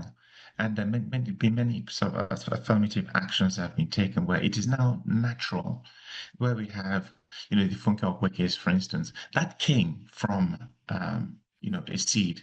And now we had the ladies panel session just now that was highly impactful. So what I take from that discussion was the fact that of the progress we've made. However, there's still a lot more to do. But in strategy and in development, things happen in stages. You might be, a seed stage. You might be in an acting stage. You might go to a more strategic development where it's embedded in what you do. I actually think the stage we're at now is it's embedded in what we do. So we now need to take that maturity to an even higher level, so that we have a broader reach across even more higher impactful levels of diverse leadership.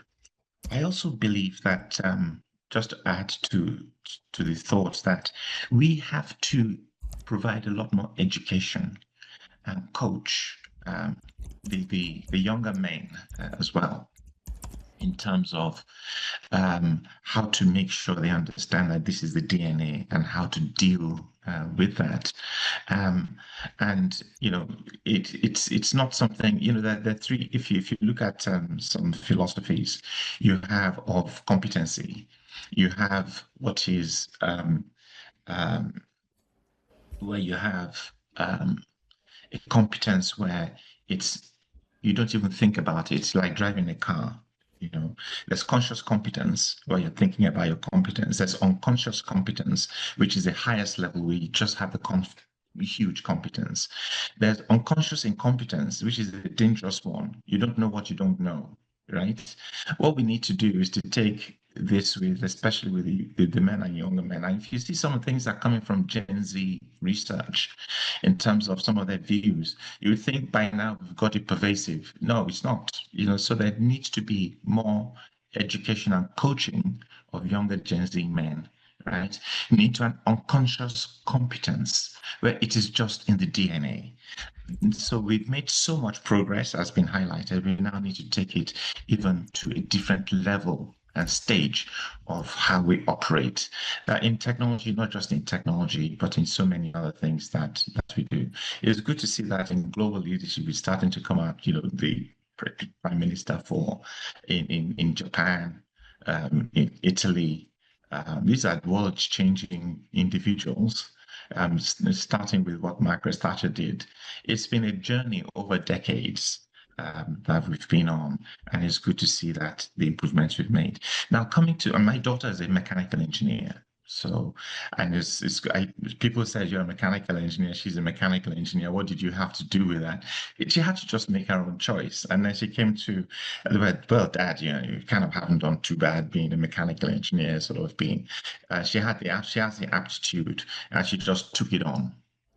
And so there's also the encouragement, you know, to guide as a strategic move more of our daughters into more technology-related scientific kind of roles. Thank you so much, Dr. Kocha.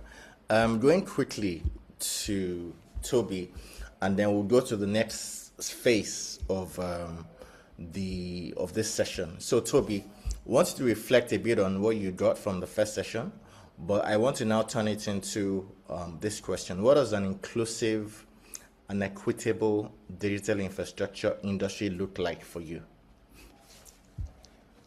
Thank you so much, Timmy. Thank you so much, Hyperscalers.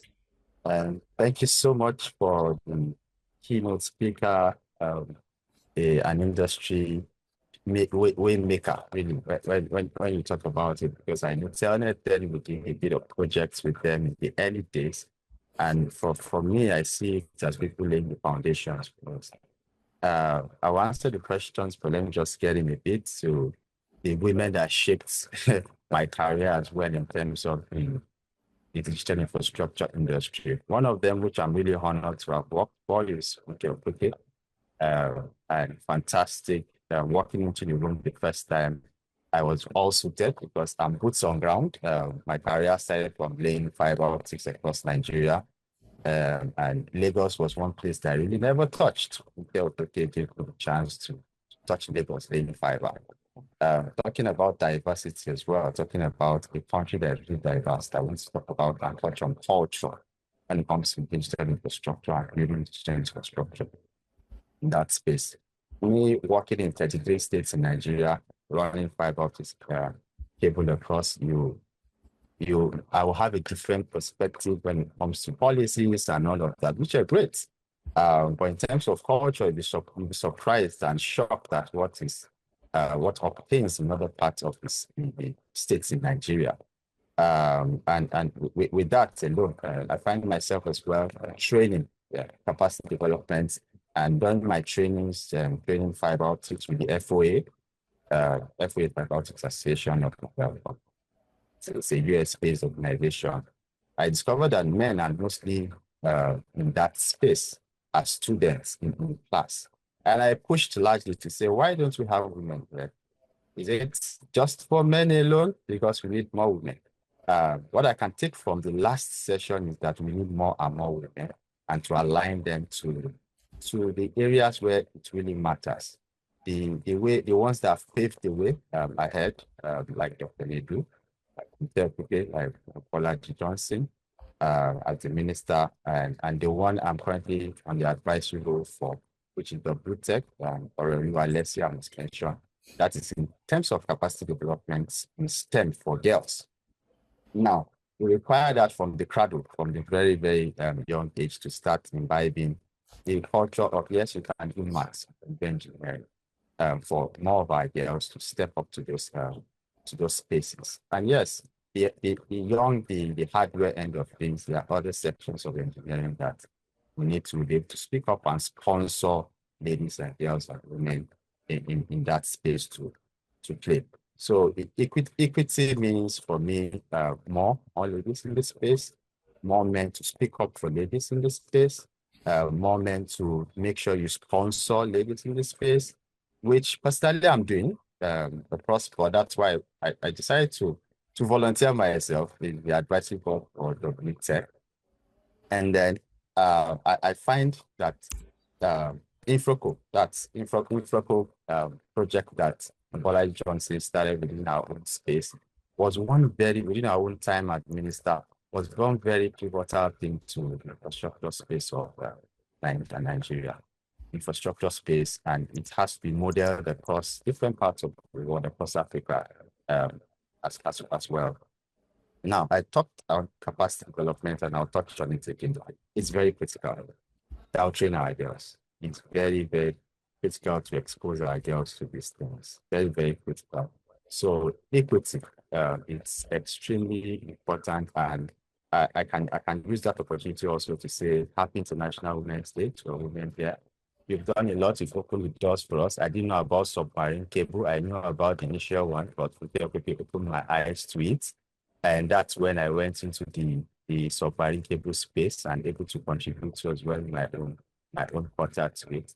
So super work that we're doing here, and we should push a lot more and have sessions like this convened for more and more women to know that we need this. We need more and more of this. Thank you so much. Thank you so much, Toby. So there's been a lot of conversations around empowering women, sponsoring women, inclusion, but usually women are within an initial ecosystem. Before they become CEOs and CIOs and CTOs, in some ways they are children to their parents, they are wives to their husbands, they are mothers to their children. How do we, and I'm going to address this question to Kendall and Dr. Coker, how do you support your spouse's professional ambitions? I'm putting Dr. Coker on the spot because his wife is here.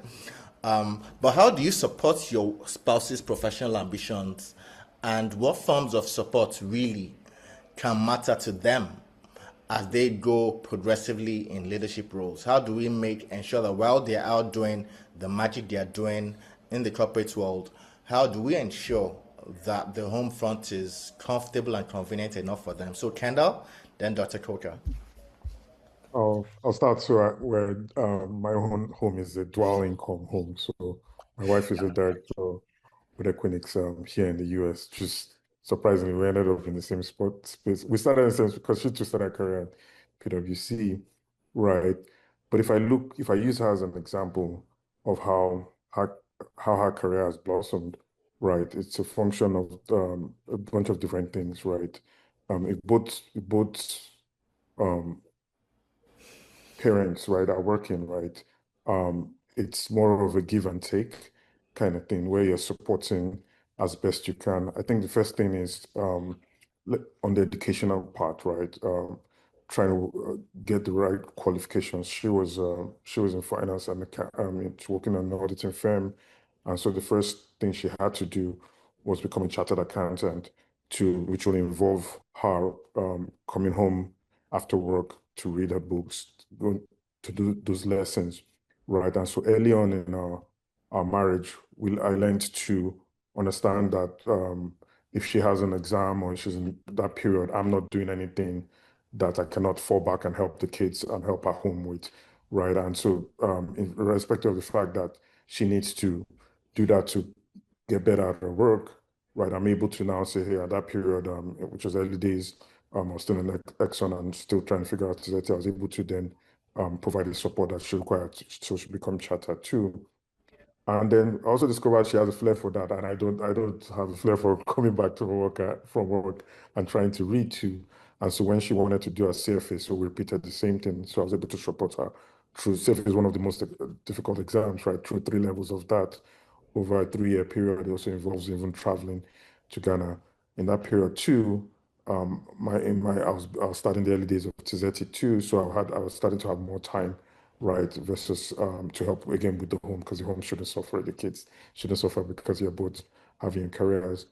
And when you think about that early stage, just helping your spouse get the right amount of education, certifications, additional schooling helps, it compounds down the road, right? In a way that you won't even understand, right? Because the difference between just having those additional qualifications helps them get a different job.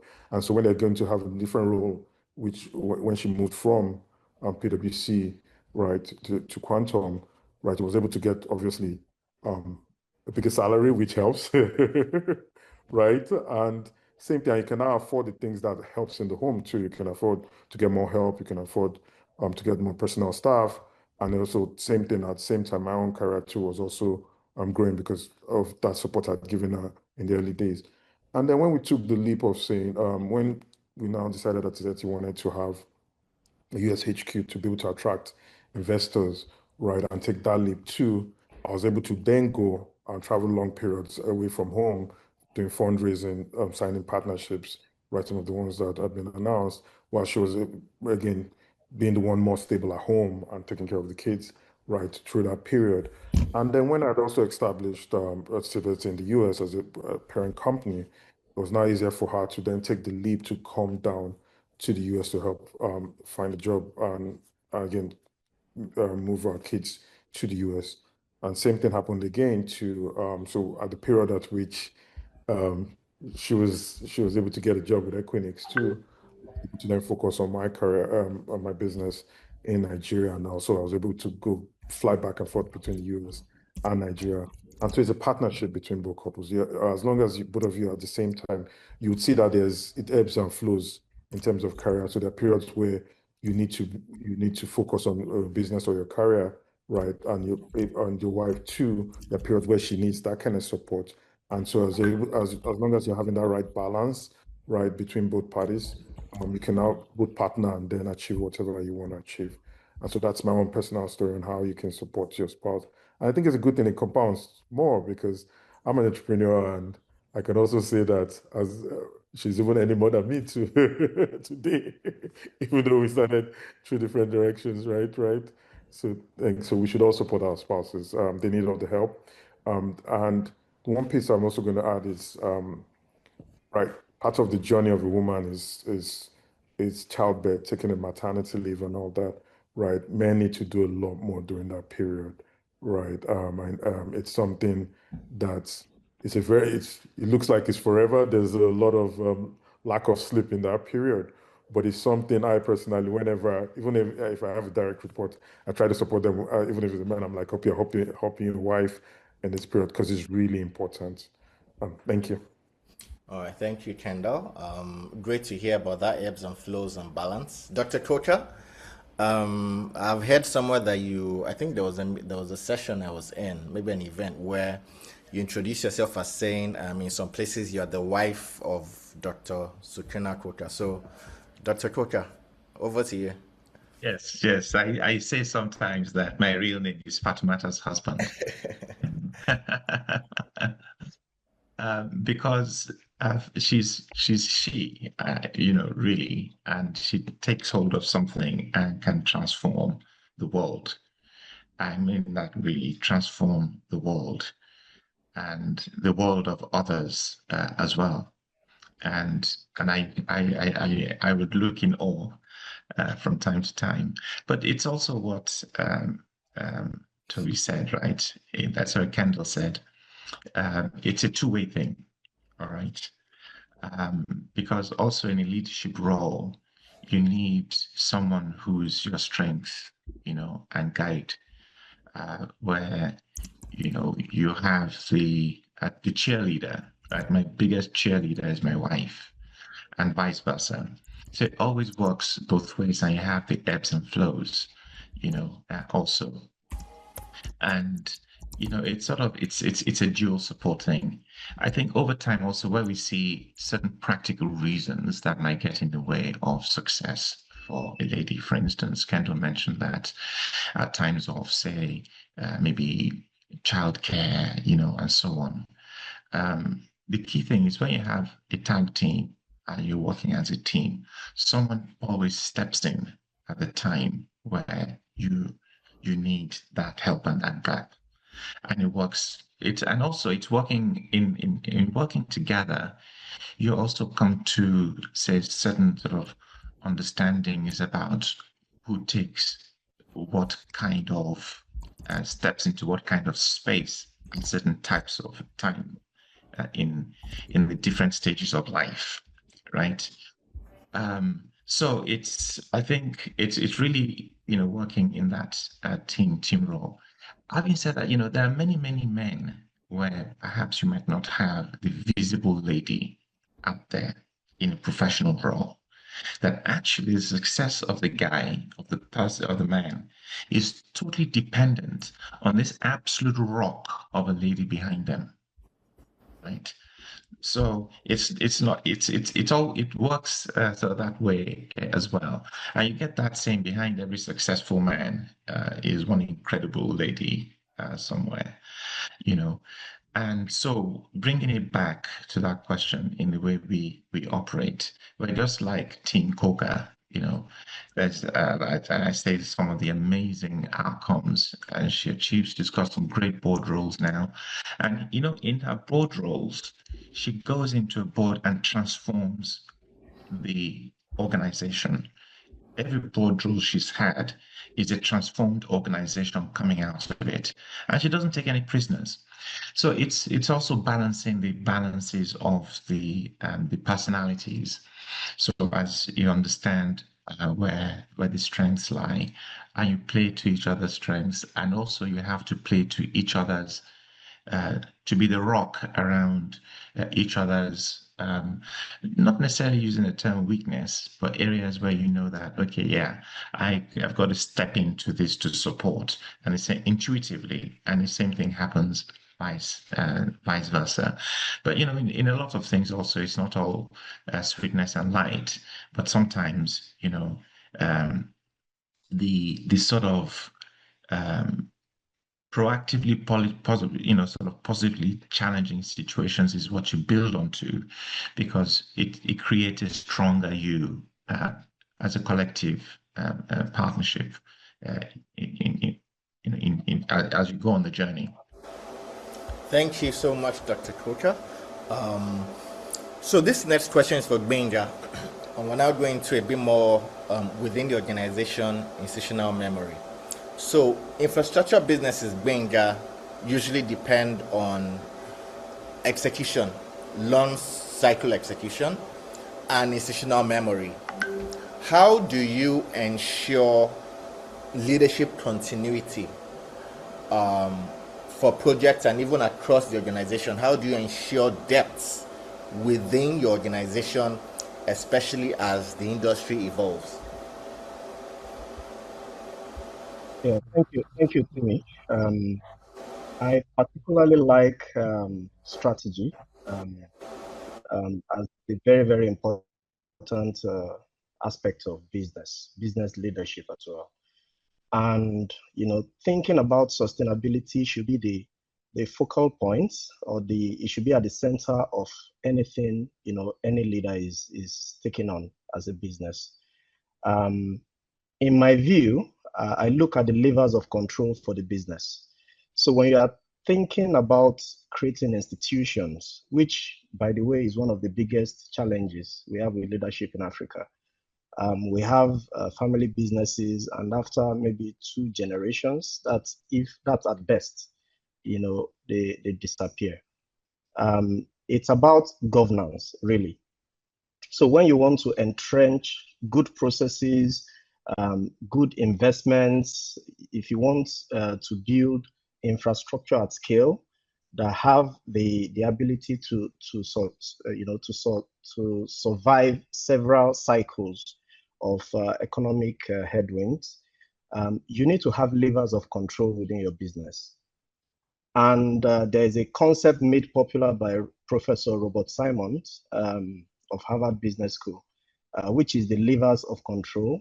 You have the belief system, you have the boundary systems, you have the diagnostic and control system, then interactive systems. But for this particular conversation, I think the belief system and the boundary system would be most appropriate for our conversation. So if you want to create a sustainable organization, be it securing your investment, be it developing capacity in the industry, for your company initially and for the industry at large, you need to consider entrenched beliefs. For dimension data, we are very deliberate about those. So someone is joining the organization, there are certain courses he has to take. Belief systems, they are statements of your core values. So the new joiner knows what exactly they must do, to add value. Now you go to the boundary system. So the boundary systems are what you must not do. So it's good to have what you must do, but most importantly, you need to have what you must not do. So, and residing with what you must not do is where you get sustainability. And what do I mean by that? So if you go into bribery and corruption, the organization will go under very quickly. If you don't think actively about risk management in your organization, and if you don't have a board oversight, a risk committee at the board level, actively scoring the entire organization to see what levers can you pull that will make the organization collapse. Because in thinking about what you must do, you need to know what you must not do. So when you put those things together in the spotlight in that manner, then the board then finds a way to support. There is a concept called franchise risks, which are the risks that if they materialize, the organization is going to collapse. If you spend a healthy dose of your time attending to, the franchise risk, which is a legal process that goes wrong with your organization, which is, going into trouble with the regulator, for example, which can lead to heavy fine that wipes out your investors' equity, or even plainly deliberately developing capacity. And we've spoken about developing a leadership bench, which we have to be conscious about, which we have to be very deliberate in institutionalizing. If you step away from your role today, can someone effectively step in? It's a problem for any leader across any level of the organization. So if I summarize, you need to build capacity. You need to build systems that can sustain, your long-term investments. And most importantly, you need to develop processes. One of the biggest challenges of organizations in our space is raising capital. Most credit organizations find it difficult to understand what we even do in IT. If you've delved into that world, you know that it is not easy to create a valuation of an IT firm, because it can quickly go under if certain levers are pulled. So those are the things. You need to build capacity. You need to be intentional about it. Sometimes we define what we want to do, but we do something else. It's called desire ethos dissonance. So we need a modulating committee that consistently looks at what you want to do and what you're actually doing and try to bridge the gap. Yeah, thank you. Thank you, Gbenga. So this question is for Tobi.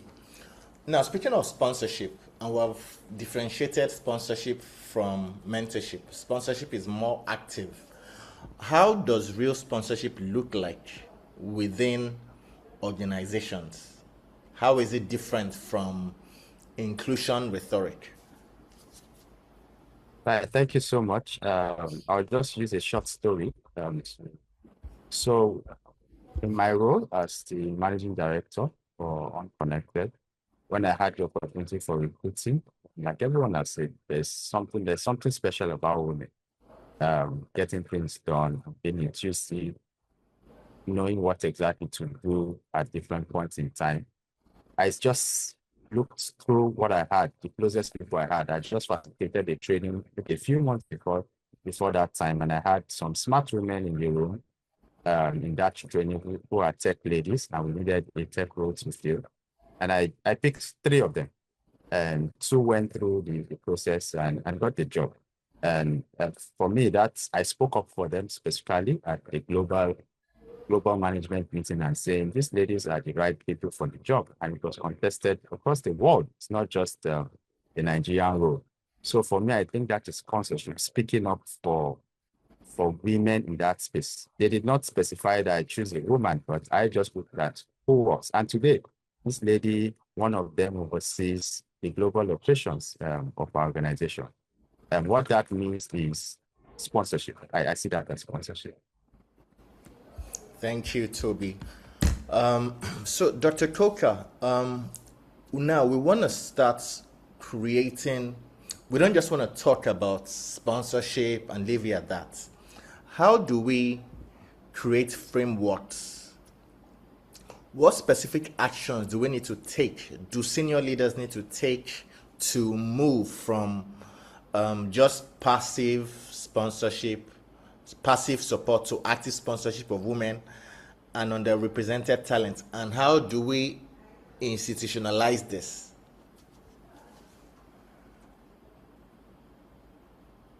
Yeah, I talked about having it, making sure you create the DNA within the organization. And, creating that DNA, the leader sets the tone. And you set the tone in different ways, whichever organization you're in. When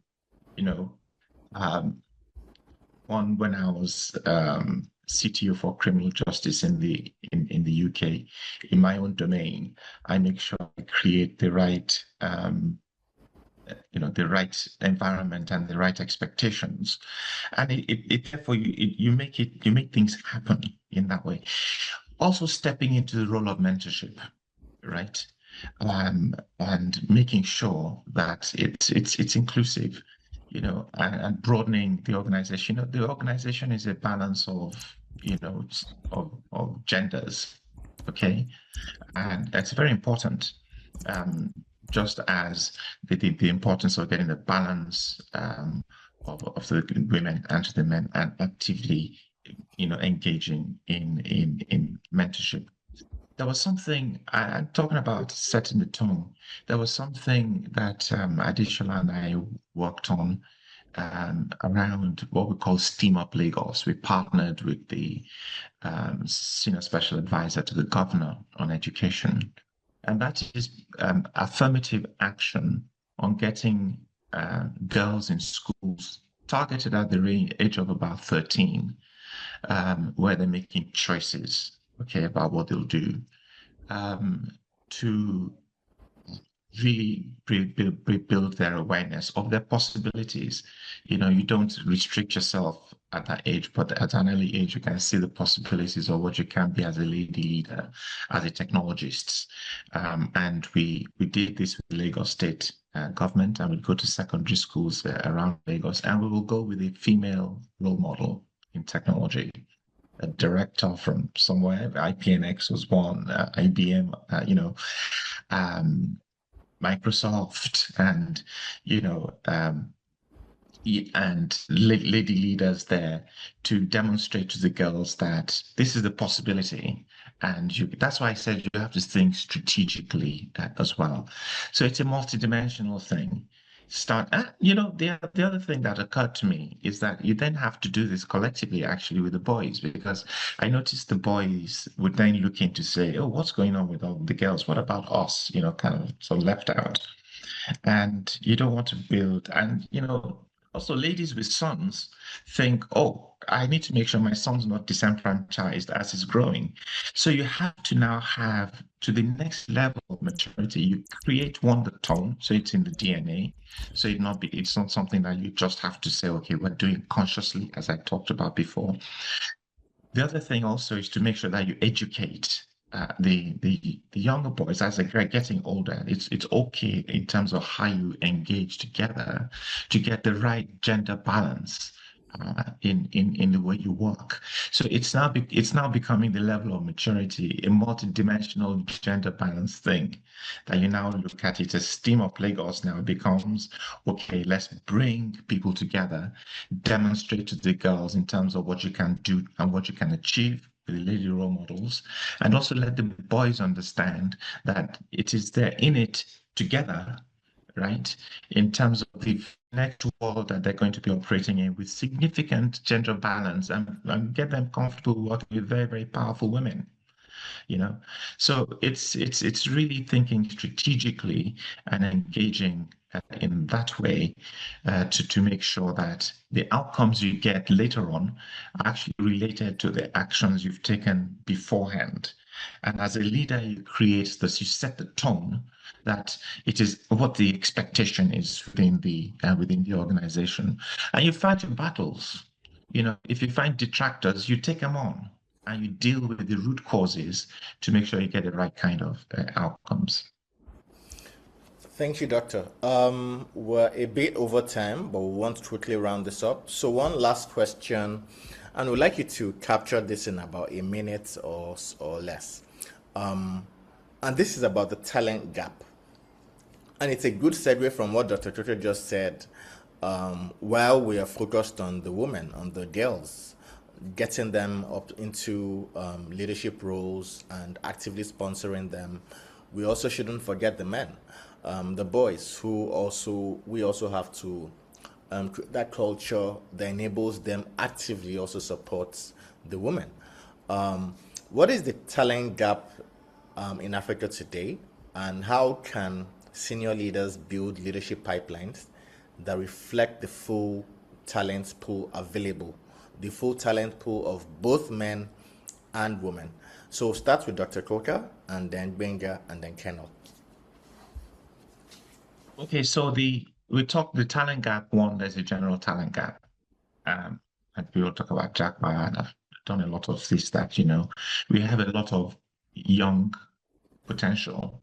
So as leaders, what we have to do is to build that potential and have a replacement strategy. If one goes out, we have plenty of replacements, right? And I've always, in businesses I run, make sure that you get the feedstock, okay? You can mold the values, and it plays into some of the things we're talking about here, where you said the leadership context. So it's a holistic thing, making sure that you deal with the talent issue, and you deal with it practically and strategically as well. You continue to educate the staff you have, as we talked about sustainability in people and organization, sustainability, longevity, but it then cuts across sexes. There's one thing I also wanted to make sure that when I speak to ladies, they also say the lady path clearers have to also be the ones that also take on the task. Not, oh, I've had a hard time getting to where I am, so you just put up a makeup. No, they also have to make sure that, okay, having created the pathways, they're also supportive, right? So in terms of talent, it's a broad thing, and I think we have to engage proactively in building the talent pool we have. With what Africa's median age is, depending on where you are, anything from 18 to around about 21, 22. That's a great talent pool to build on. And as I've mentioned, you have to start strategically at an early stage to create the outcomes you need in future. Okay, Kendall. Sorry, I think it was Gbenga, then Kendall. Gbenga.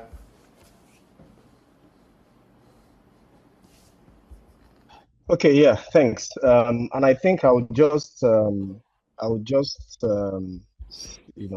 on the proper foundation, already given by Dr. Coker. I think, like I said, I actively think about the gap we have. Japa even made it worse. There's a leadership gap that has to be filled, and leaders have to be conscious about filling it. So there are two parts. There is the explicit capability, which you can read about, which you can, be conscious, curate programs, for people around you, and you need to have a balance. So we have gaps, whether for women or for men, as well. So we need to, curate programs. Project management is a fantastic one. It helped my path to where I am today, actually.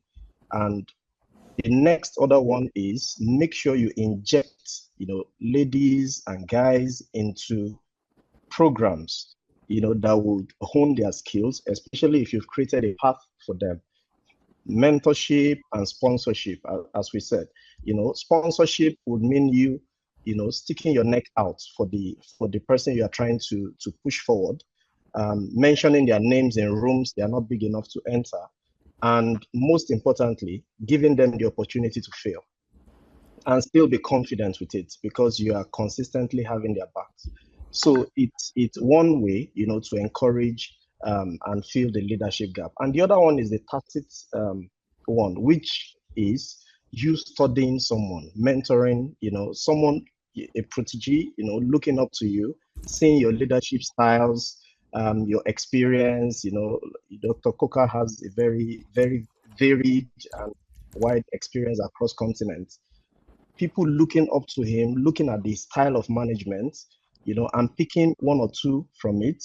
And then I recommend reading, lifestyle reading biographies of people you like to be like. I particularly like Steve Jobs. I imagine what it will be with him around for this AI, So just to round it up, we need to be deliberate. The explicit skills, we need to do a lot, to make sure it's okay. And then the tacit skills, and that puts a lot of burden on, the leaders in the room. People need mentoring, people need sponsorship. We need to rise up to the occasion. Yeah. Thank you. Thank you, Gbenga. So Kendall, 1 minute. 1 minute, okay. For talent gap, I have a more practical approach that I think has not been within the digital infrastructure technology space, right? And it comes from the oil and gas industry. When I started my career early on, Shell had this program they called SITP, which is you come in, spend a year like a training school, and at the end of it, you're working with Shell, right? I think Total took a different approach. They partnered with a university in River State and got fluent teachers from Paris, right, to take the program, and then you get a degree out of it. But at the end of it, you're gonna work with Total, right? Something along those lines, right? Now, when I look at all the kind of programs that we have that have internships in this sector we're in, right? The problem with it is there's a number of these ones, not enough, but even as many as they are, right? But they don't have that pipeline effect into the industry.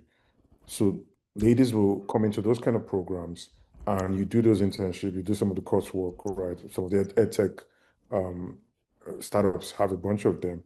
And at the end of it, you don't get a job, right? And then the word goes out down the road that, oh, I did this program, I spent a few weeks, months, a year in those programs and nothing came out of it. And you're having a different generation of people come into the workforce, right? Gen Z and even Gen Alpha is going to be even another level. They're going to take it to another level, right? And so they don't believe that they need to put in the work. This is from experience from all of that to be able to pay their dues to get into the industry, right? And so I'm thinking about it in the sense that we need to do a little bit more, right? So both men and women in leadership in the industry to form strong partnership with those kind of talent programs, right? Such that we're sure that the top performers in those internships or right, groups can be guaranteed jobs. I think that would change mindset of all of those things from it being some kind of, for lack of any other word, additional certification and stigma around it, right? And that would change that significantly so that people will now know that if I'm going into this kind of programs, I would likely get the job. And then it comes full circle too, by all us, when you've gone through those kind of things, getting your job, your advanced level in your career, and you are the zenith of your career, you should also pay it forward by going to share your stories, by also being a facilitator, right, in those kind of programs, because it helps show people that they can actually, like, I can be this person that is coming here to teach me or to take a course here or to teach a course here. I can actually be this person. So it's a full circle from strong partnership with those kind of organizations that are running those kind of programs with actual organizations. Thank you. Thank you so much, Kendall, and thank you. It's been a quite interesting panel and session. Highlights, Gbenga spoke about how Africa needs to really get into codify a culture. He highlighted the Adinkra in Ghana and how we need to begin to create large language models to ensure that our language doesn't get lost and it's actually more prominent online. He also highlighted how he has been able to sponsor and actively push women into strategy assignments. We need to be deliberate, including ladies, and having their backs. And he also mentioned one that sort of people don't really get, how you learn more from reading biographies. I read a lot of biographies. It helps you sort of get into the mind of these people. And he also talked about processes and having obviously clear succession plan. Dr. Kocha looked at improving the broader leadership reach, and then obviously need for education, coaching women, but also not forgetting men. We also need to coach men to reduce, and I like the phrases, unconscious incompetence, where you don't know and you don't know that you don't know. And then obviously they need to tag team, and I think Kendall also had mentioned that and started that. And then sequencing, and Kendall used the example of when him and his wife, obviously young professionals starting careers, but they have a home, they have to manage that home, and then they have to tag team and sequence who goes on, who goes off, and who goes on for academics and so on. And then really setting that talent pipeline that we all need to develop. And Tobi spoke about reflections about women who raised him. I don't know if there are any questions, but if they haven't been put in the group, so I think we'll just move on. I think it was particularly useful to hear the speakers, and we thank all the speakers, but we especially thank Dr. Nadu Denloye, whose active sponsorship of both men and women created the pathways for the industry today, led to the generation after her, the Funchok BKs, the Omobala Johnsons, and then us now who are trying in a little way to advance the industry forward. We thank Dr. Nadu Denloye. We're grateful, and it was really useful to hear that emotional contribution from Gbenga, where he spoke about how it's like a full circle for him. He started with Telnet, and now he's on a session with Dr. Nadu Denloye. Thank you so much, Ma, and thank you to all the speakers. It's been such a pleasure hearing you. So that said, we just quickly, we have a session, we have a global view interview session this time next week. And with those global view conversations, what we try to do is to speak with someone who has a global view on the industry, and we're speaking to Obinna Isiadinso next week. Obinna is the data center, is the global sector lead for data centers and cloud investments at the International Finance Corporation. So every decision that has to do with data center investing, IFC's investments, he's the one that does it. I want to really unpack the bankability discussion. Project bankability in Africa, how investors approach African infrastructure projects, the opportunities they are seeing, and hopefully to help us understand the sort of projects that the IFC and other funders are more likely to invest in. We'll share the link. It should be somewhere in the chat. So that said, thank you so much, everyone. It's been such a pleasure having you all here. And we look forward to subsequent sessions. Please have a good Friday and have a great weekend. Goodbye, everyone.